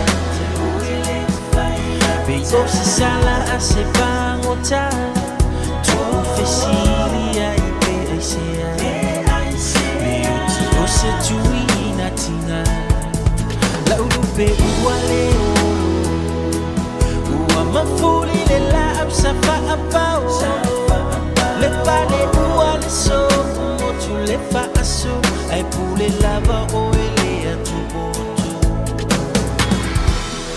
Io tie o filo tui Tu mamau Fe elo manu manu Ase awe ave ai le safai maa uo Lesa mawai le fia fia I lo unei lutu Lesa fatari a weba nga ipo Tinga lava lo leanga ai le manolo Aua ia fafanga I mafautuanga Tama ua orisi a le taua mafutanga Ai famanga lua I so vai vai si fati wa sala Tafi malala malanga maua so no foa Imana tua pea we italo sama Silonga ua umana umanava E ui lava o se kou whau ke I roa sa whaki e ki e kau E au sanga le kumai Whai la ku yama Whasenga kūrau mu foi pule whai ko a kasi at sit sit esi Ora wilo ai whare u koru fu e mare ko o ko si ala kou pese whai me u ka lare mali I o lang Wa e mole u ila sa Wa mangoko ma fuali Ma ua whango ele ele ai e kuwasa Rangi ai fingao mea ua e lau whakau kainga Ua kongi sa fo i rongo nganu ua le mumusi au la mepa Ka rofa i le ka mafukanga ua au o mangua o mala Ua saukia ai o paongo ma whare kalakala i o mawhakianga Ua mumuku vangu mahala o le la ai le makuroi maka o mo onga lingi i o langa peanga ma whai unga koe a maka Wai maru e peanga o se aka ai se koe kila i le amakanga Ka fia koe kilo a kusi o pau au whai mase o langa kala I kere ai ma o lo fisiki so ua ape se i o i o i maka Wha maangalo o lau lea kala Kere i o peke ka se kama o ke ma o fau kuanga sa ka wairo nge i o langa O lau ka lengi maunga ruenga o ke wha asulu ni mala marama I o mo se se roa ake piko ko ka ua kuiala mea whai maro Ai sau pea ya si au masi au whanga Pea ma o koe le po E uri le whaingata Be o se sala a se pangota Tu fesiri ai pe esea Le o ti o se tui na tinga Lau rupe ua leo Ua mafuri le la au sa wha apao Le pale ua le so Mo tu le wha aso Ai pule lava o ele a tupo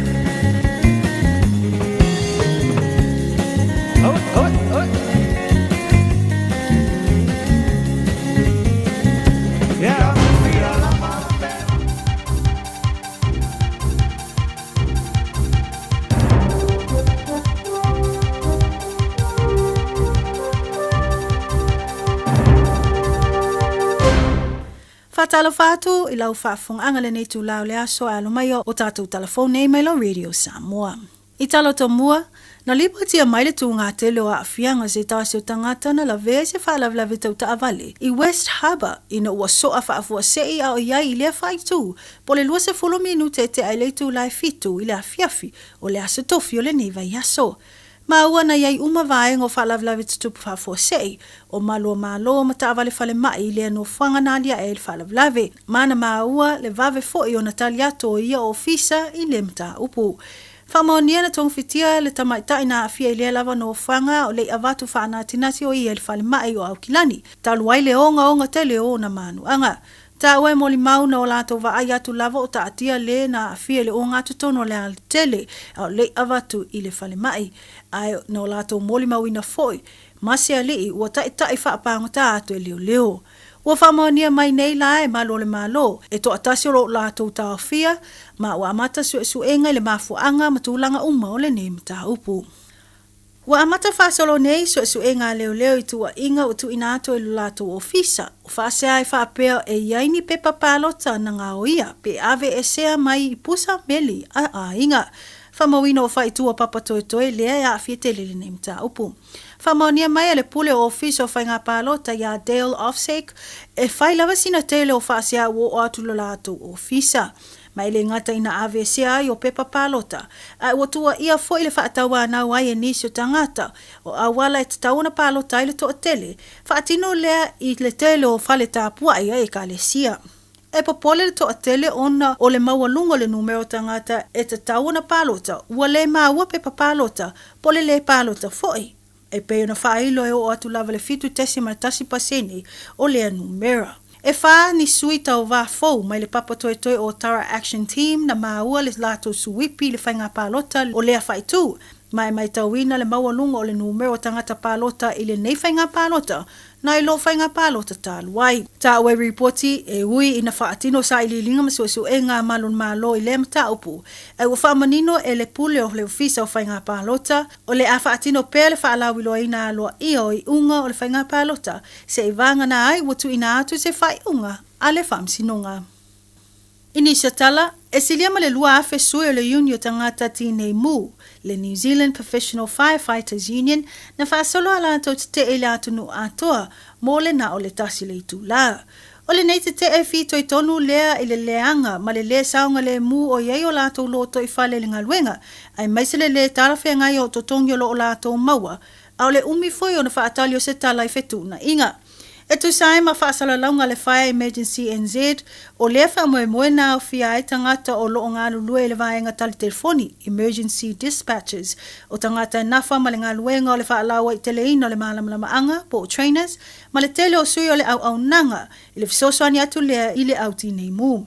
O le nauno te inga ina ia una ia o le lantou finau, i le toe ilo lei ma fetu na i maalienga, e peifue i ona faa leo, ua tele maasina i le iwa aia lava ni fua o tala noanga, ma fono tanga sa faya. Ma watua ia e le yuni le au nanga lava ia, i le taa alo le saunga le mu, o tanga talau tele, ma le le faatino ai o vaenga te tau ona fai e peo le waaile le o mea whainga luenga, po le equipment maintenance, ma le au mai ai o e iai le anga vaa e faatino le ngā luenga, ai mai se lava le leva ai le o fale whainga luenga. E tā ua wa tele fale wa le saunga le mo le iai o nisi, wha pe fo i le iai, mo le soifua maloloina. Ma ua fo i o fale ua mai tauina le maale ale i taimi o mafui e manisi o fale lavi wha natura. Wha manino wa nga i lava le uni e wha atino i e te te o no le lato vaai, na le pau leo le vaenga i lato te anga iai.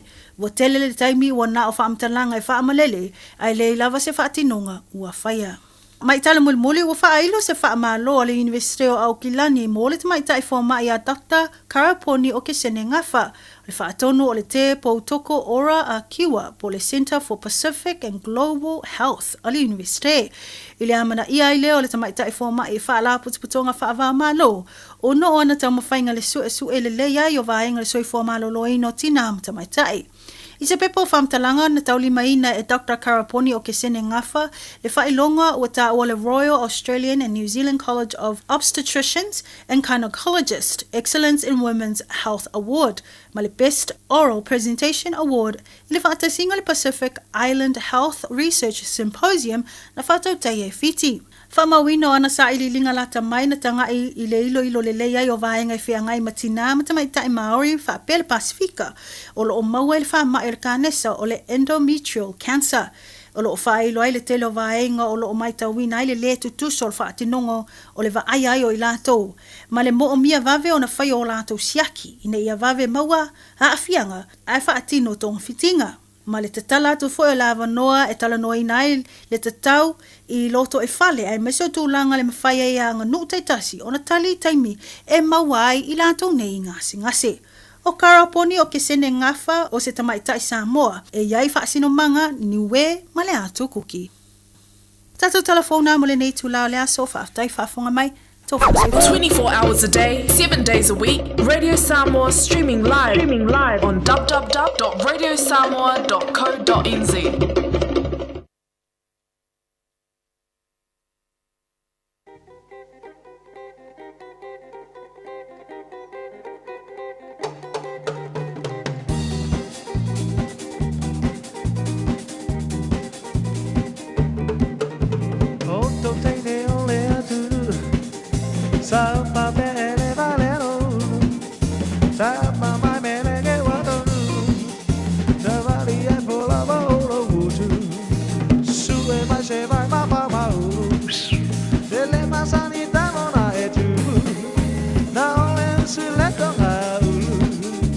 Esu e mai ni ua mai se u So salau mau se ilai meleke Ia io e ile ala tele Nopo nopo sala ile au ala tele Masi au ponga watau malepe Wanga po ia so le pa pete pete Tela ne ole tama mai meleke Oh mana pai atu au te matele tele Te iu lava le tu sa meme Tia ilo ai ngā e sola Sola na poi sa tabuala Me a se mai pa alata lata Ile pai toto a ole a sala Sa vali vali solo ile ala Ei o se teine male taula A te leilo ai na lava E ma malo tu malo ala la pana So sala mau se ile meleke Ia io e ile ala tele Nopo nopo solo ele au ala tele Masio ponga wata malepe O uma poia sole pa pete pete Tala ne ole tama mai meleke O uma na pai atu o te matele tele Te iu lava le tu sa meme So sola uma o te ile i meleke Ia io e ile ala tele Nopo nopo solo ile au ala tele Masio ponga watau malepe Wa uma poia sole pa pete pete Tala ne ole tama mai meleke Wa uma na pai atu o te matele tele Te iu lava le tu sa meme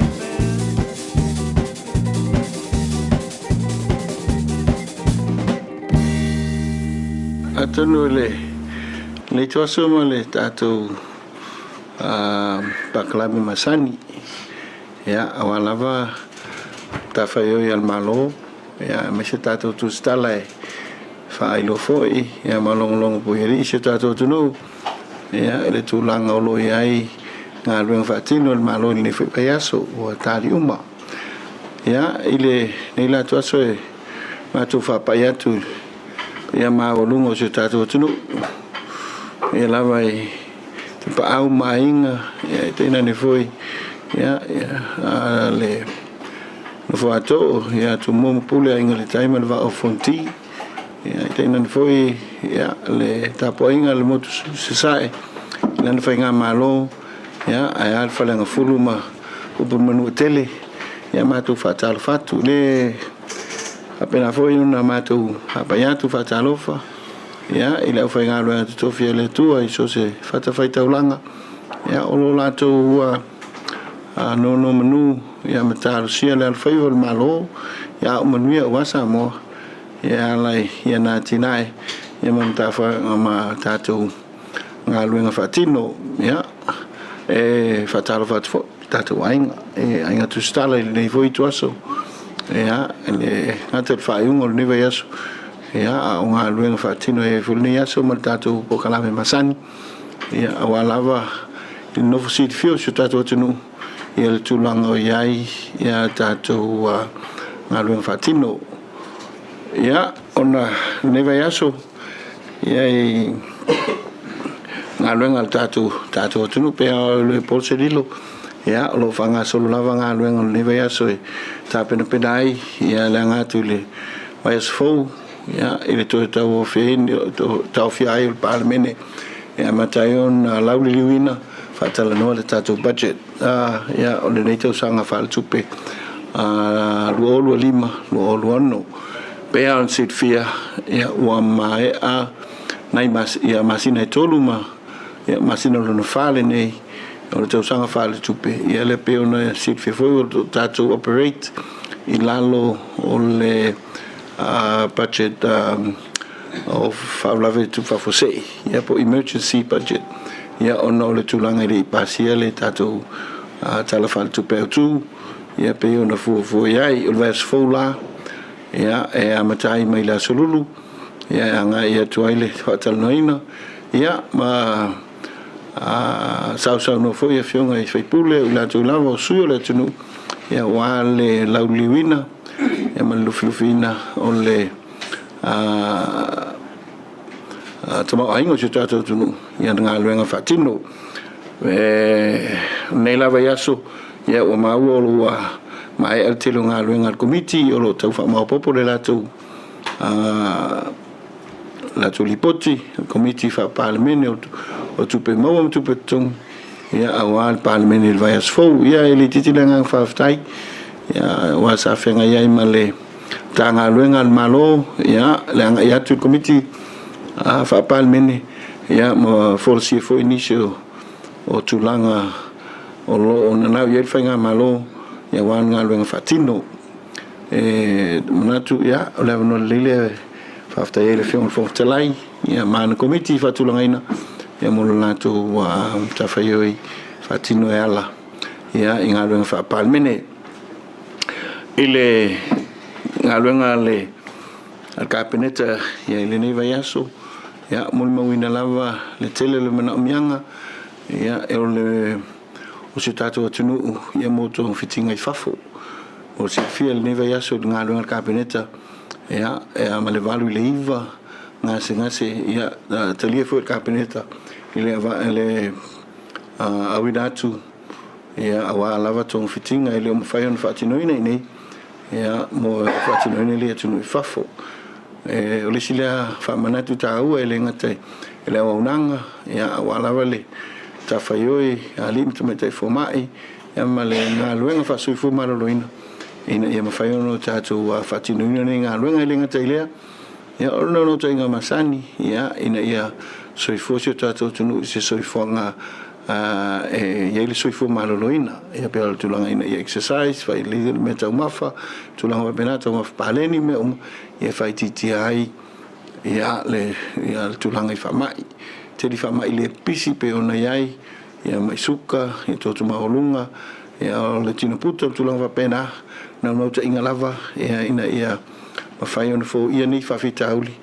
ia ile ne ilanga ia tu o il nei soi fanga o le peon sit fia le silanga tau le tatu penga malo ia ina ia una I to ma fa pale ni tatu wa onga a to no le sila tu tau ia o lo tapena ia ile ia tatu tanga luenga tina tu mai ta ia la tu ia tina e o fioanga mai tu malo ina ia ngalo so tau au le ngata mal malo ia la tanga luenga soi fu malo loina me se mtanga luenga onga ia la tu fa tai ina ia to ia ngai tatu ia o to walo ma tatu fanau e tulanga lea o tama fa paneni on le nei ia tele tatu seleni o alu ia ila una to o tatu ngase ia tunu e mau o le tulanga lo tele na le tulanga sai ia pe on sit fia ia il pa inga talwai ia to mfai lava ina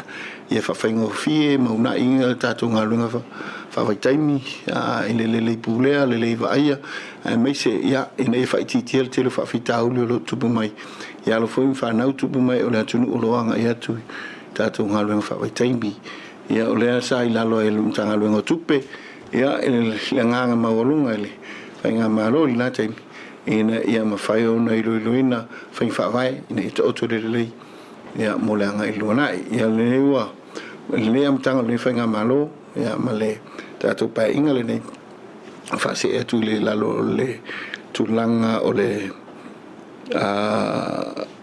o pesnisi malam nui ma le lepa ono le tu lepa ia ono o tatu wa ngalu fa faitimi ia lo mfa he no ngalu so to au ia ma company foi mai fafu ia ngai mai ia ine ia vanoe ngai to tangata ia fa fainga luenga fa vai taimi ia fa to anga manisi ia vanoe ta ngai ia tunu fa fa pe nisi ma Australia o sitasina tulanga nei ai ia me se foi ia le fia tau pele le tulanga ia au tulta I pel tatu tunu le tulanga ia le fa ta fanga se le fionga ele li palmia ia to amane le kabinete le olinei ia o to tar sanga mai le tanga luenga ia whanmai o lo o wha tinoina ia tongfitinga ia po report ya mai ia lo tarsanga mai e lenga fatia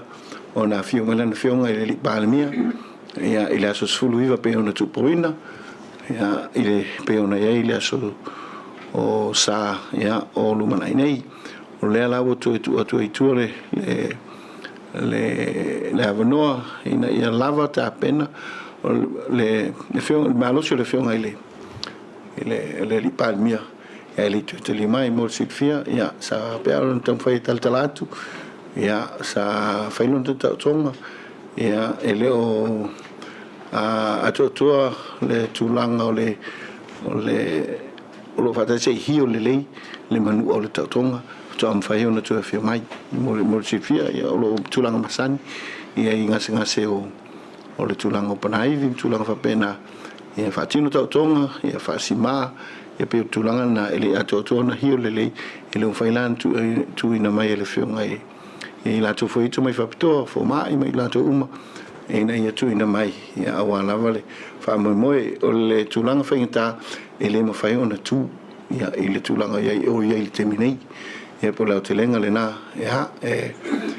wa telenga fa aftai ia ele ngof te talfo ia le tato to no ia au fenga ile fionga te tai ia male sa ilinga malosi ia tong fifting foi ia mana au tapena ilo na soifua ona awala vel tu ina je tata no ma fa malo talo fa malo tap pai ia o lo solo le me uma ia awalo tu se ai ia lo mo foi lo inga mai lete mi sol vaiaso ia awala vale le fa foi ina o lo tata watu au tu se ai nei vai taimi ia peole shautelenga la o la tata por calame ia nei i vaiaso unha luenga pasani pe ona ia o to amatane tato a komite tau fonga pe on silfia sama to ia nel taau ia o fanga solo ni so nga luenga o levo no tu o se tato tunu ia ona sa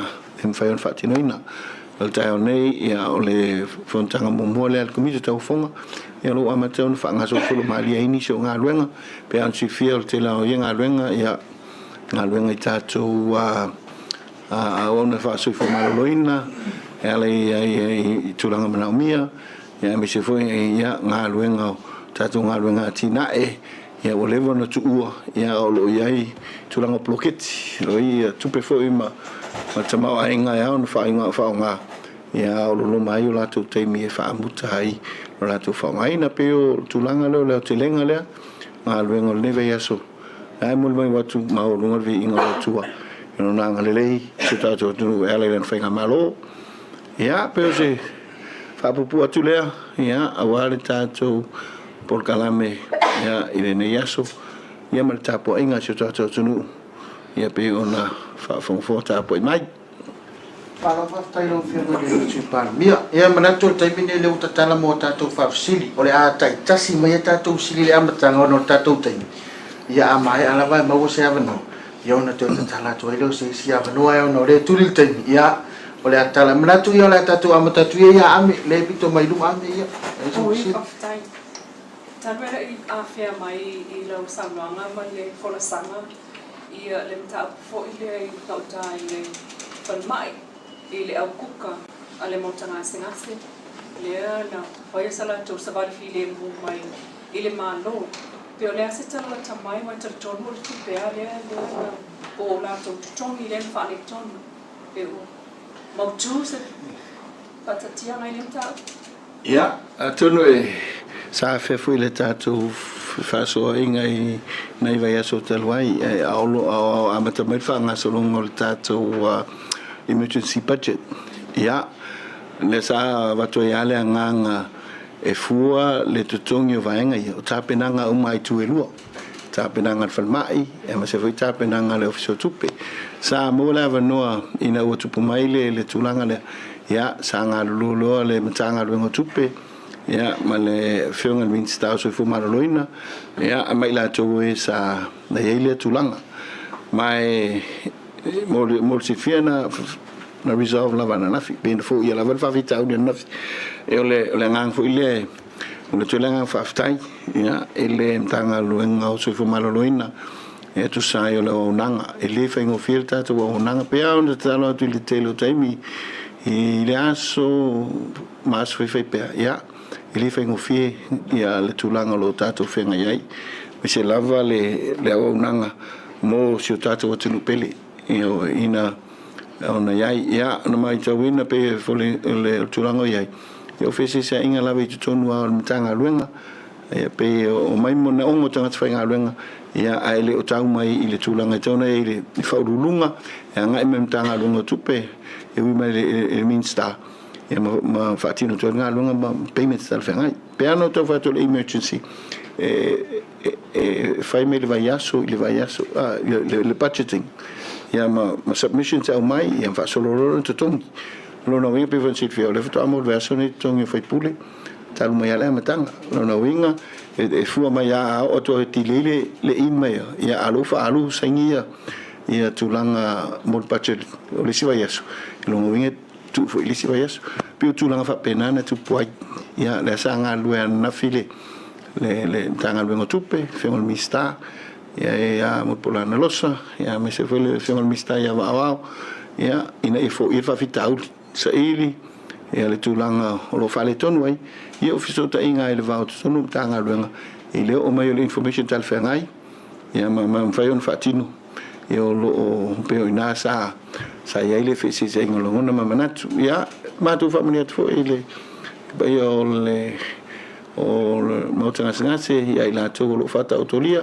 i tulanga pangatia ma se tulanga o fale tonu ele o nanga malo ia pe fa pena lava ma to wanga mai lo sai di lia fo ia fa fita audio lo tup yo fa fita audio lo tup to mo fai fo ia ma ia fe mala ma ai tatu tungata mai sai tanga sfenga wenga ia ina ia manino ala o mea ala ia ala fua processes mo tulanga fa pena ina ia le leito to ina se to sa ma fo ana fi sa to e keida o ka me ai keida ia wa fo le tulanga resolve issue ia ole no inga le na ma fa mal si afol na tatum tanga luen e se fo mal luina ia man tanga luen malava ia se tato tunu e fa pena ia e soifua tapo inga mau se tato tunu ia tapo inga mamalu tapo inga mamana e ofo tato tu ina se tato tunu mal fatino faiva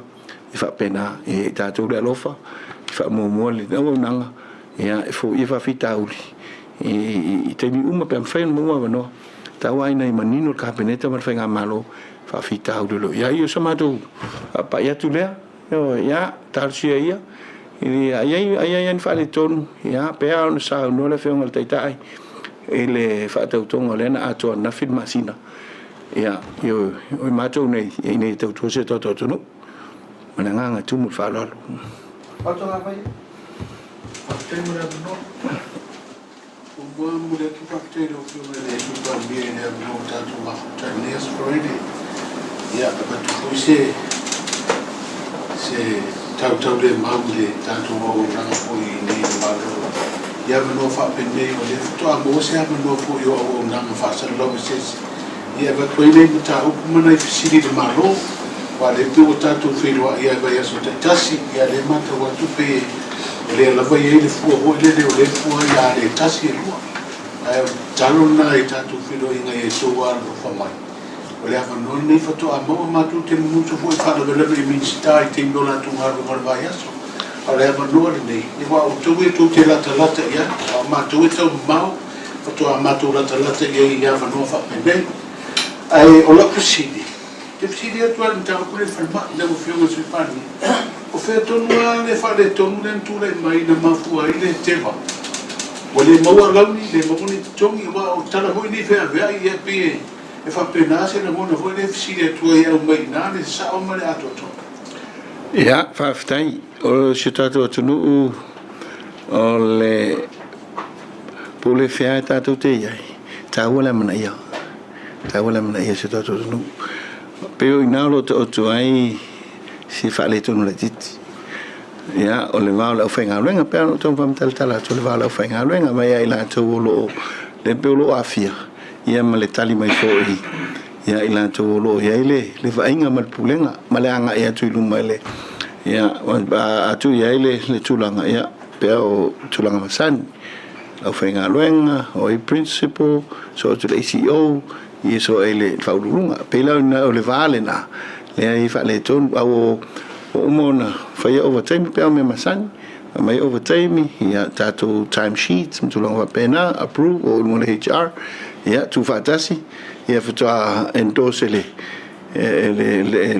ACO motu pe mtulanga pēna ia au mai le ulum tangarung ia refer le mof pēlau tu inga process le na le ala ena ina uwa whailoi whatasi le whiongal minstau so whamarani mal minstau tupe ia o tilo mai vaenga ia wa ia male CEO ole so fu mararena male CEO ole tu pe un vai lon fa pu le vaenga au le tua tu langa masan pe au nei lona winga o seleciona ia tato ai mau plan mau tu langa mai tu no nga ngam tanga pe tai ona ole temi ole budget le ia pe fa pena a pena le tu langa ia pe lona winga o expenses of wasteful ia lena approve money ia mole shekel audit ia afa to release advice fu pifa penale tulango ia ile tulanga ia lo to me nale le hotelenga mela le nganga le na ile lipoti mai nale fiona mista ia le voisa sa tom fai foi ia eta fatala no le tulanga ole Madam tanga ruenga ia atun se temi saso ia ono le temi pe ana uia tu tatu proclame fai malu tatu fai va e mo tatu tu pe tatu ngai le ia e o talo ia ina ia ngai mai ia tatu ngalu fatasi mal fai ngamalo ia e ma fai ono tali atu le bonanga ia iso se temi mananga farol ala sida tu tawar ma le Pule o di ko ponga na o talo tu pele au tu le na talo no ina par menen baso ko o ye to lura mar ko fonga ina ia to tongi ia kuma o taimi ia mani tu pe o tu o e fa muri mo tang finga ro ngar maro o le la ta tu o do talo tu ia va tai atu no eta ole mani mo le vaenga o taimi o taimi o te le budget ia e amata tu la se pasia ilanga iluma lo winga va pupu le ayo ava pe overtime tu anai ia le tu tongi le termine fu submissions le au mai al budget le fa te penane ia e amata mai le no e amata le stores full o le masina le neo o ketopa ia anga ile le mana no winga le budget ia le budget fa au o te usanga fa tu pero fa nga sol nei ai expenses o ai fa but e te tauna o mai tun i le nei taimi ia e fa tino ai pita io lo ia wala fa tino nga ruenga le tanga ruenga tupe ia tu ngai ni overlaps fa pena ele o le fenga tongi me masani lo fo fan do si ia fa se mo dava lo facility mo dava o que mai vai ngale na ta masa po ye na wa pula mi fa le pe balu e pe ibane na so sano ia o le termine o tato ilano le o le fare le tato SOB uti fala tato package lo fa ngai no termine e fia se tu pe fa ngai la wina tu to ai le ai enga fatia ilano le SOB budget termine fa mo ia pe no fa so tu le termine sola ele ai se rough estimate o tato budget SOB pe ta e ai conditions il non la tele o tulanga e tau ona tuto ya pe la fa ma me yo ngasi o ni ro tau tuto ya lona winga o tsapu puat o lo pe o ave fa mo ya ono le soi fona ta tangata ya ele o le mai tau ai pe pa na o mai ele ani tau te tele o tau masania a o ave il fa mo ya ono le soi fona ta tangata pe ano talia tu ta tu le si ta tu ia ele ingi rough estimate fa pena mole au telinga ia ai au mai ia nga luenga na mion toni levels fo ia approve nei toni levels fo approve les vai fa solo fa pena ia ele limit la ia ilalo conditions pe ona ia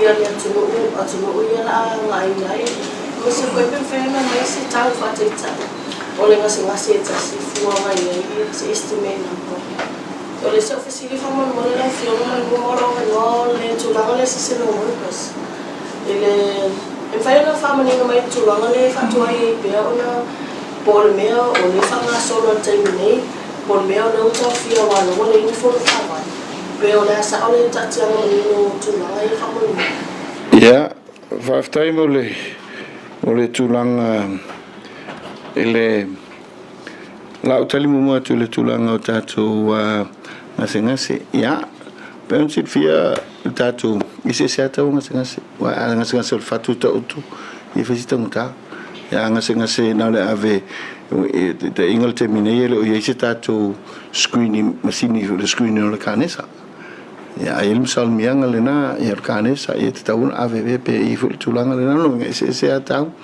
ia ai ina o wina tātou ngase intia fa ma wina fo ile tele o le o le fatinonga ngaluenga i sona tauta ngofi lo na wenga lo tatu titilo lo awina tatu ngase intia e lua ma ngase intia pe ona yai mi se foi nese ngase New Zealand mo si fiol telo ngase Avenue Sila ngase fatu e lenga fatia le travel mamao ya mi se tulanga fa pena na Avenue Sila ile tau masani ile fa no tu se tau estimate ya pe ano fa tu tau masani ya ile na ya o tau mo fiete mine ina o aveta tu ngase i New Zealand o i India mo le tulanga le lip ya o le pepantal no ina nei o le vaso le nei ya o le mu mai le tanga lungo tupe ya ina ya final to tanga lungo tupe fa se e tu o ile tanga luenga o le leipa business mal no me le leipa pe o le tulanga no to mai ai o mo le se di potia ulili i me uma ya ile yo ya sai le cabinet pe cabinet o tulanga ai o transition mai li si van ala o mai se le di potia manino ya awa fo sit le anof sit fiel tato to no ile na vaenga lo to feng fa va masan pe ona ye ta penanga no to inga fenga malo ia le pui o tātou tangata roa wina tu fafo ia o telefo ana fsilingi ele tele o fai fa el malo mai o lo o tilo le fenga malo ia be ai talwai o menlete ina ia mal pui o tātou tangata le ngang foi le fai na tupul tuma ainga e ma fai ona o mai tangata tele tupe ia mai ia ave fare tātou tangata pe ale ui uma il malo ye fa mo malo e o ye tatu tanga te fa o mai te wina le te usano te o sa volta ngata avela ne ia au fa ngaluenga inu itu ma ave o le ala le te una hui mai il malo ina ia ma fai una puipuia ia tu langa va human trafficking ia pe fa pena le lo te lenga le na wala ngang fa lo tu le tawa tole mta o kule fa mo le o fio mo se pania o a fiana i to tongi e no le fa pe mai la fa na luenga ile mta kule mta ka mo se ko ma lo ina skuta si va ya so le mo i o tai o a fiana le na tongi e i o tai ni fa ya pe ole tule na le tam fa ye mana tu fo tato pacelle io le patino brutal boy il va ya solo ale vicini no si tomo fai nei ya tongi leva yeso ya fu documentation o mai pe no vai ya se fu ta si vai yeso ya fa to fa vai yeso nei fa nga malo ya pe lo winga le na ni ya a de talo le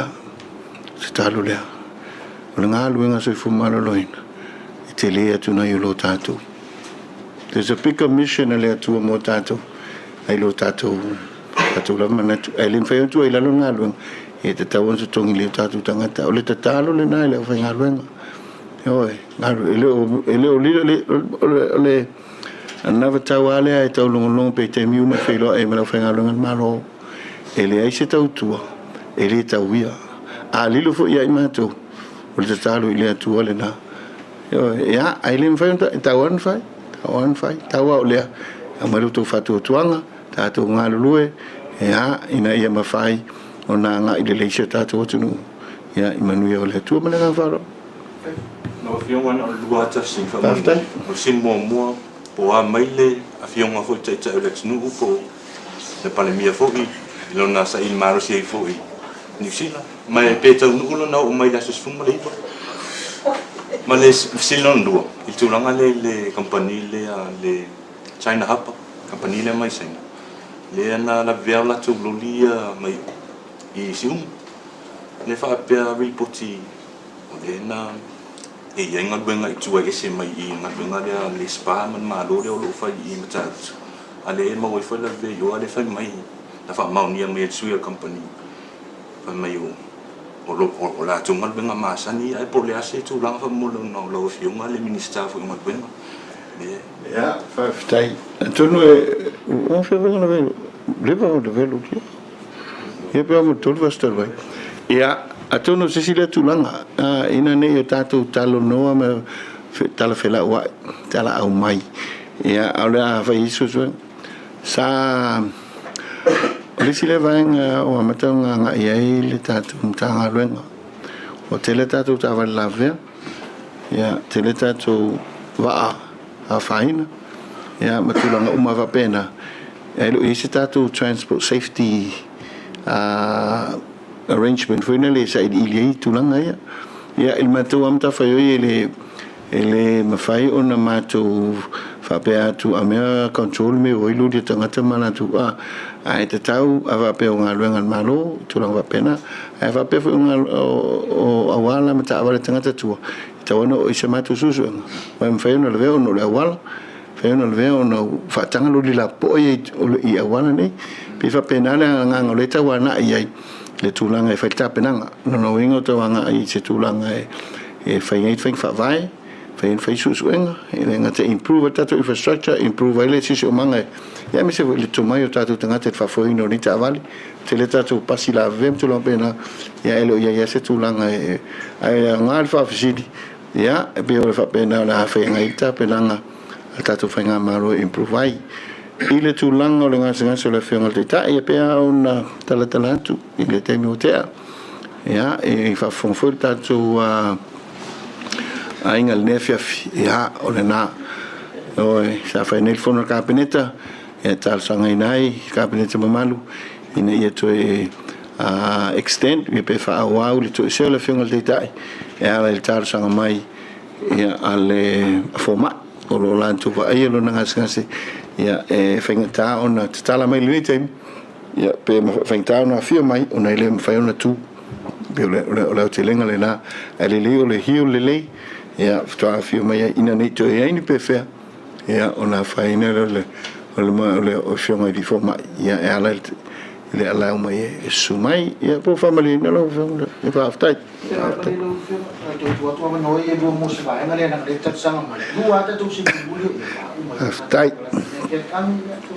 Oh, okay, kena mle bango. Le lo mali fo ile lo fo no foi ai mo le ta ko ta se fa ta ya mo le bango le. O le toi tuli lo to am ta le fa mai. Le no ma wa tu sa nga lo fio. O le ta mo le am la ia.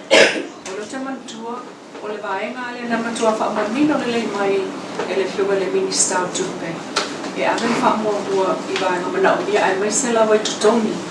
A le ma watu se puta si totom ia vai aso le totom o le si vai na te no se puta roga ia so pi hai a le na ape e pata ro e mai o no bingo e le o mo le mai fo ilo sa no ma fa mo le na si le to tonga vai o fe ton mo le pa u ia fa le tonu ia a tonu pe le sa no e ma vai fo I se si fa si no ma le mo le ama I lu no bingo a foi ese pulu tasi ia vai aso le totongi o le si vaenga lo fulu lo vai aso le totongi o le si vaenga o fela na sa fa ia documentations o na tangata nei le totongi o I le fale le vaenga le tupe po le vaenga le tanga runga so fo malo lo le fa ia totongi o tupo fa le totongi ia peha no fa ia tu ni o ta jo le bota tu tala no sa idili ala anga ia le vaenga la lewa o tuli mai le tu langa details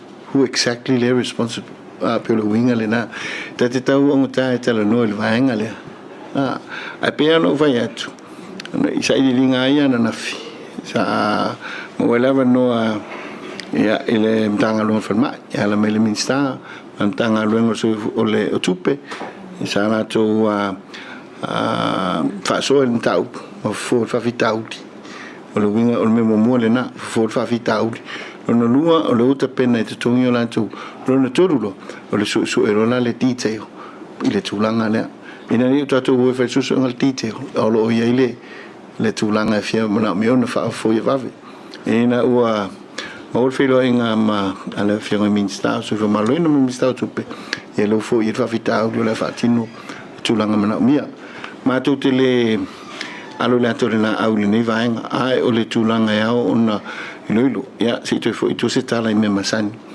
asi sile kon kalate tato falma i e mo matu tu e mo le va o falma o le anga ta po se ma le lua fe lua toru matu ma ko payments ya on sa ese matu fon fa vai ma moale e wala e mo me payments ta te musula e o foi ai te o contractual payments foi il te lo te ya pe o le sile vaenga ya ele pe ono fai atu ta te musu tu sile lima le nei te ai se tau fai e mai o fa malia tulango iai au fai ngaluenga fo ngalue te lele ta uro la tu ngaluenga nei lo vaenga ia lela anga e resolve issues by making sure fai payment ia na anga ilo le resolve po fairly mele ai fai pe ma ya mo le ta fa ngofi o le salo la manual al telo fengo payments ala titilo fesi vaenga pe vaenga titio to po le ale fenga a fa fita audi elina o se vaenga etasi it's a whole government approach ni tatu na i foi disima vaenga ia fa pena ali se vaenga o capacity tatu tamata foi capacity la foi tatu tala noi tatu fala talu nei piva bena ina le o tatu tuli ta ngau se vaenga ia ai le to fata to mo sao i vaenga uma ia te tau ao no tatu hanga e mai yo mo fo i fa fita au talo le pe le after sidi de singa ngasi le tete ma wa le na o mai le amtango le sa fa tu pe no na ai ma le asisi de e temil le malo wa ya ise fu mai fa tu se va na tupe e so ni toni no ton fitina ma isi tu na mo fa pe ya fa stai atol termine lo ya ise fu fanga le tu la ngaia le sa ta sanga le feonga le dai ya e alu langa absence we all paid e la na feonga pe tai ya lo i fu fa va malo tu langa fa pe atono le o ye se fa to fa la ingal cabinet el temtel fengai ai mai santa to approve that budget ya solo le tulanga masani ya temil nei ye le yo se fa to fa la le tulanga ya pa ulava ile lo le fa to fa la ingal vale fio ngai le minsta so fo maloloina minsta tupe ile tulanga tel fengai ya ai na on fa penatu yo tulanga lo to termine tatu fa so ilumnai ba inisi swinga la ofio ole tatu ai no fa la mo tasi la sili fa mo mule ole tolo le tupe le sa mai fina ngalo le sa te il ma lo te vai ole te for yo lisi parti fa final sa mo portfolio ena o mai tulanga fa lo ko te ole la tupsi le sila ta pena mo tatu tala au tu le tupe e pei o lea ua vai tama e lau tau whainga malo ia ta ianga au tu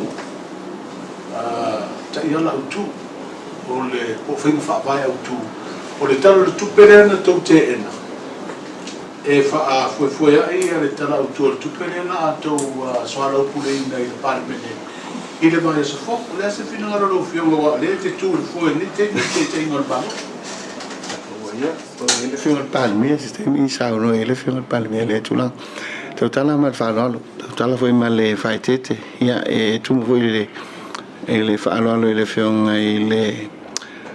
le foi sa ma fio ma tu te palmia ele possedere le tunu e fa vai al fatto tu le tu sa motasi le sa folau mai ai whatutu i le tu samu tasi i le nā paenga le ili ni paenga i ana wheng whaavai i lana anava tauna o mai ia pea ona e whafonga i saunoanga le whionga i le teitai o le malo le whionga i laule le mali toa ia o le angava tau whaawau po le budget whaawau aisa matua ia ngā luenga sa iai nala ona le tūlanga o le whaawawina le tūlanga i ona o le minority o whainga malo ele o yeile lango ale to telo palmene ilalo la nafiong ilan taita inga pela mo ia tautala male avai le vainga e masalo lo manino ia eta titelo vo ile si tu le peano vet tatu amata ne le mana ia atu asisi tu le mana ia so matu palo talango wala no fo inga ia pesa pena ia ona le tu asisi la fonga lo fa ia me na le tu fai tau ia so matu le atu me se matu fa le ton ole tulanga la tele le la ia ile fa fonga mai ia le fiona sa fa pitu ia matu fa maula lot ia o tatu o fa ngama fa tu le tu sa mutas le lo apoio matu so matu fa tava o le supo ia pole sa mo botu ia fa to la langa ina ufata pe palmini am sarolo manino ia il tatu tu singatala me mo fa pena ia anale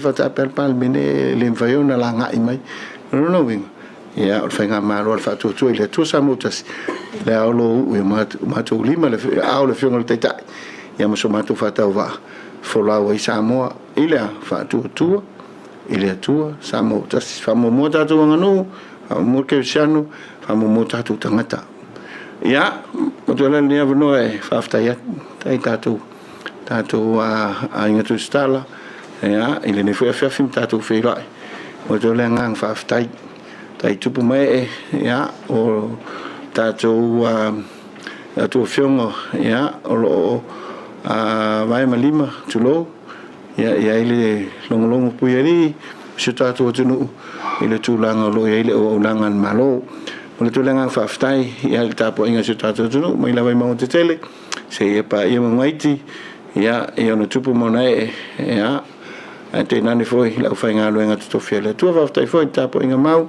ala o fionga le amamalo le malo ia me se foi ia le sui fona sui to fia ia matu lava o ona tu au fionga ia o wasa mo manuia le lan fai vol palmini vers fo lan fontanga ia me se tatu o tunu la nga tu sapati manuia tapo inga le fionga le di palmia ia manuia le fiafi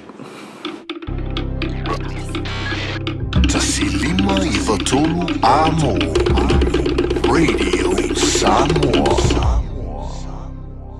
Just think a minute. It could change everything.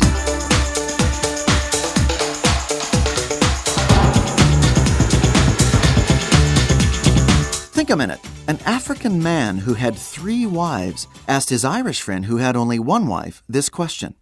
Do you like your wife? His Irish friend replied, I like her very much. The African man shook his head and said very sadly, I don't like any of mine. A famous comedian gives this advice to young couples before they get married. Of course it's important to love each other, but if you want to be really happy together, you better like each other. Ray Rosa grew up in Italy and came to America as a young man in 1921. There he met and married his wife, Isabel. They settled in a small town where Ray worked as a barber most of his life. Just a few years ago, Isabel became very sick and had to move to a nursing home in a nearby town to live. Ray's life and daily routine completely changed. Every morning, 7 days a week, he takes a bus to the nursing home, where Isabel waits for him in her wheelchair. They spend the day together, and Ray takes care of her. Sometimes he brings his guitar and sings Italian songs for the other sick patients, and gives free haircuts to some of the men. Then at 5:30 every evening, Ray says goodbye to his wife and catches the bus home. It's very clear Ray's life has become one with his wife's, so that his life is wherever she is. That's real love and happiness. It doesn't get any better than that. You see, you just can't fill your heart with real happiness until you give it away to someone else. Jesus Christ teaches that our life is much more blessed and happy when we give more than we receive. In fact, marriage is all about giving and forgiving.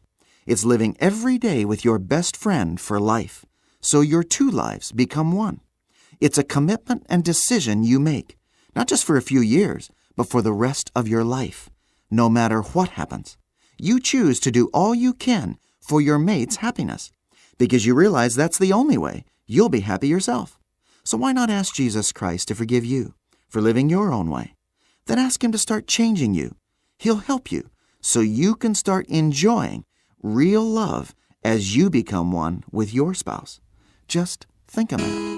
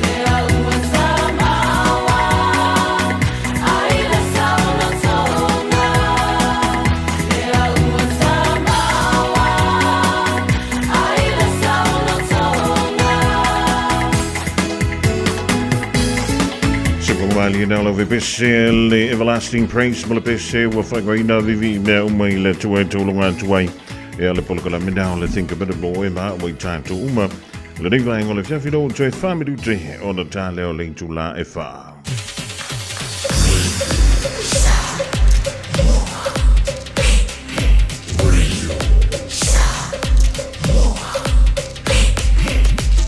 Tasilimo ivo tu amo.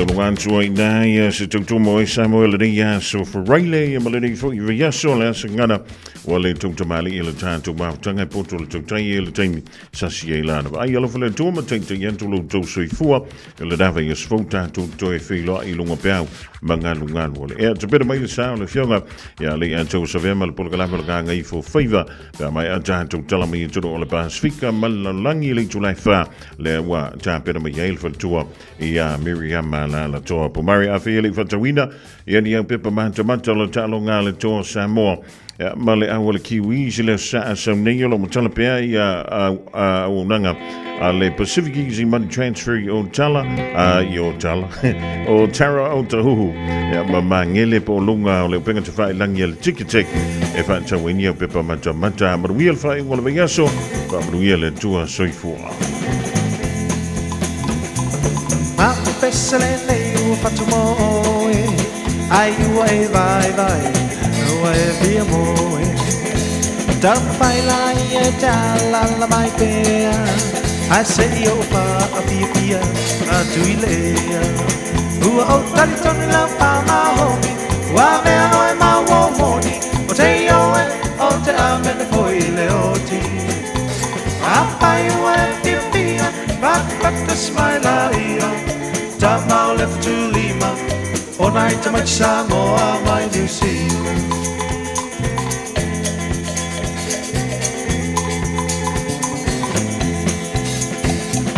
Naya Fatina ese alma, te leoina, yama mutangata. Apaila ue pia malama, esilia idea, tu maioleama. O tanto lo fa ma wa me o ma wo moni o te io o te ame ne foi le oti a pai wa pia but the smile ia ta male pe tu Lima e mai Samoa mai New Zealand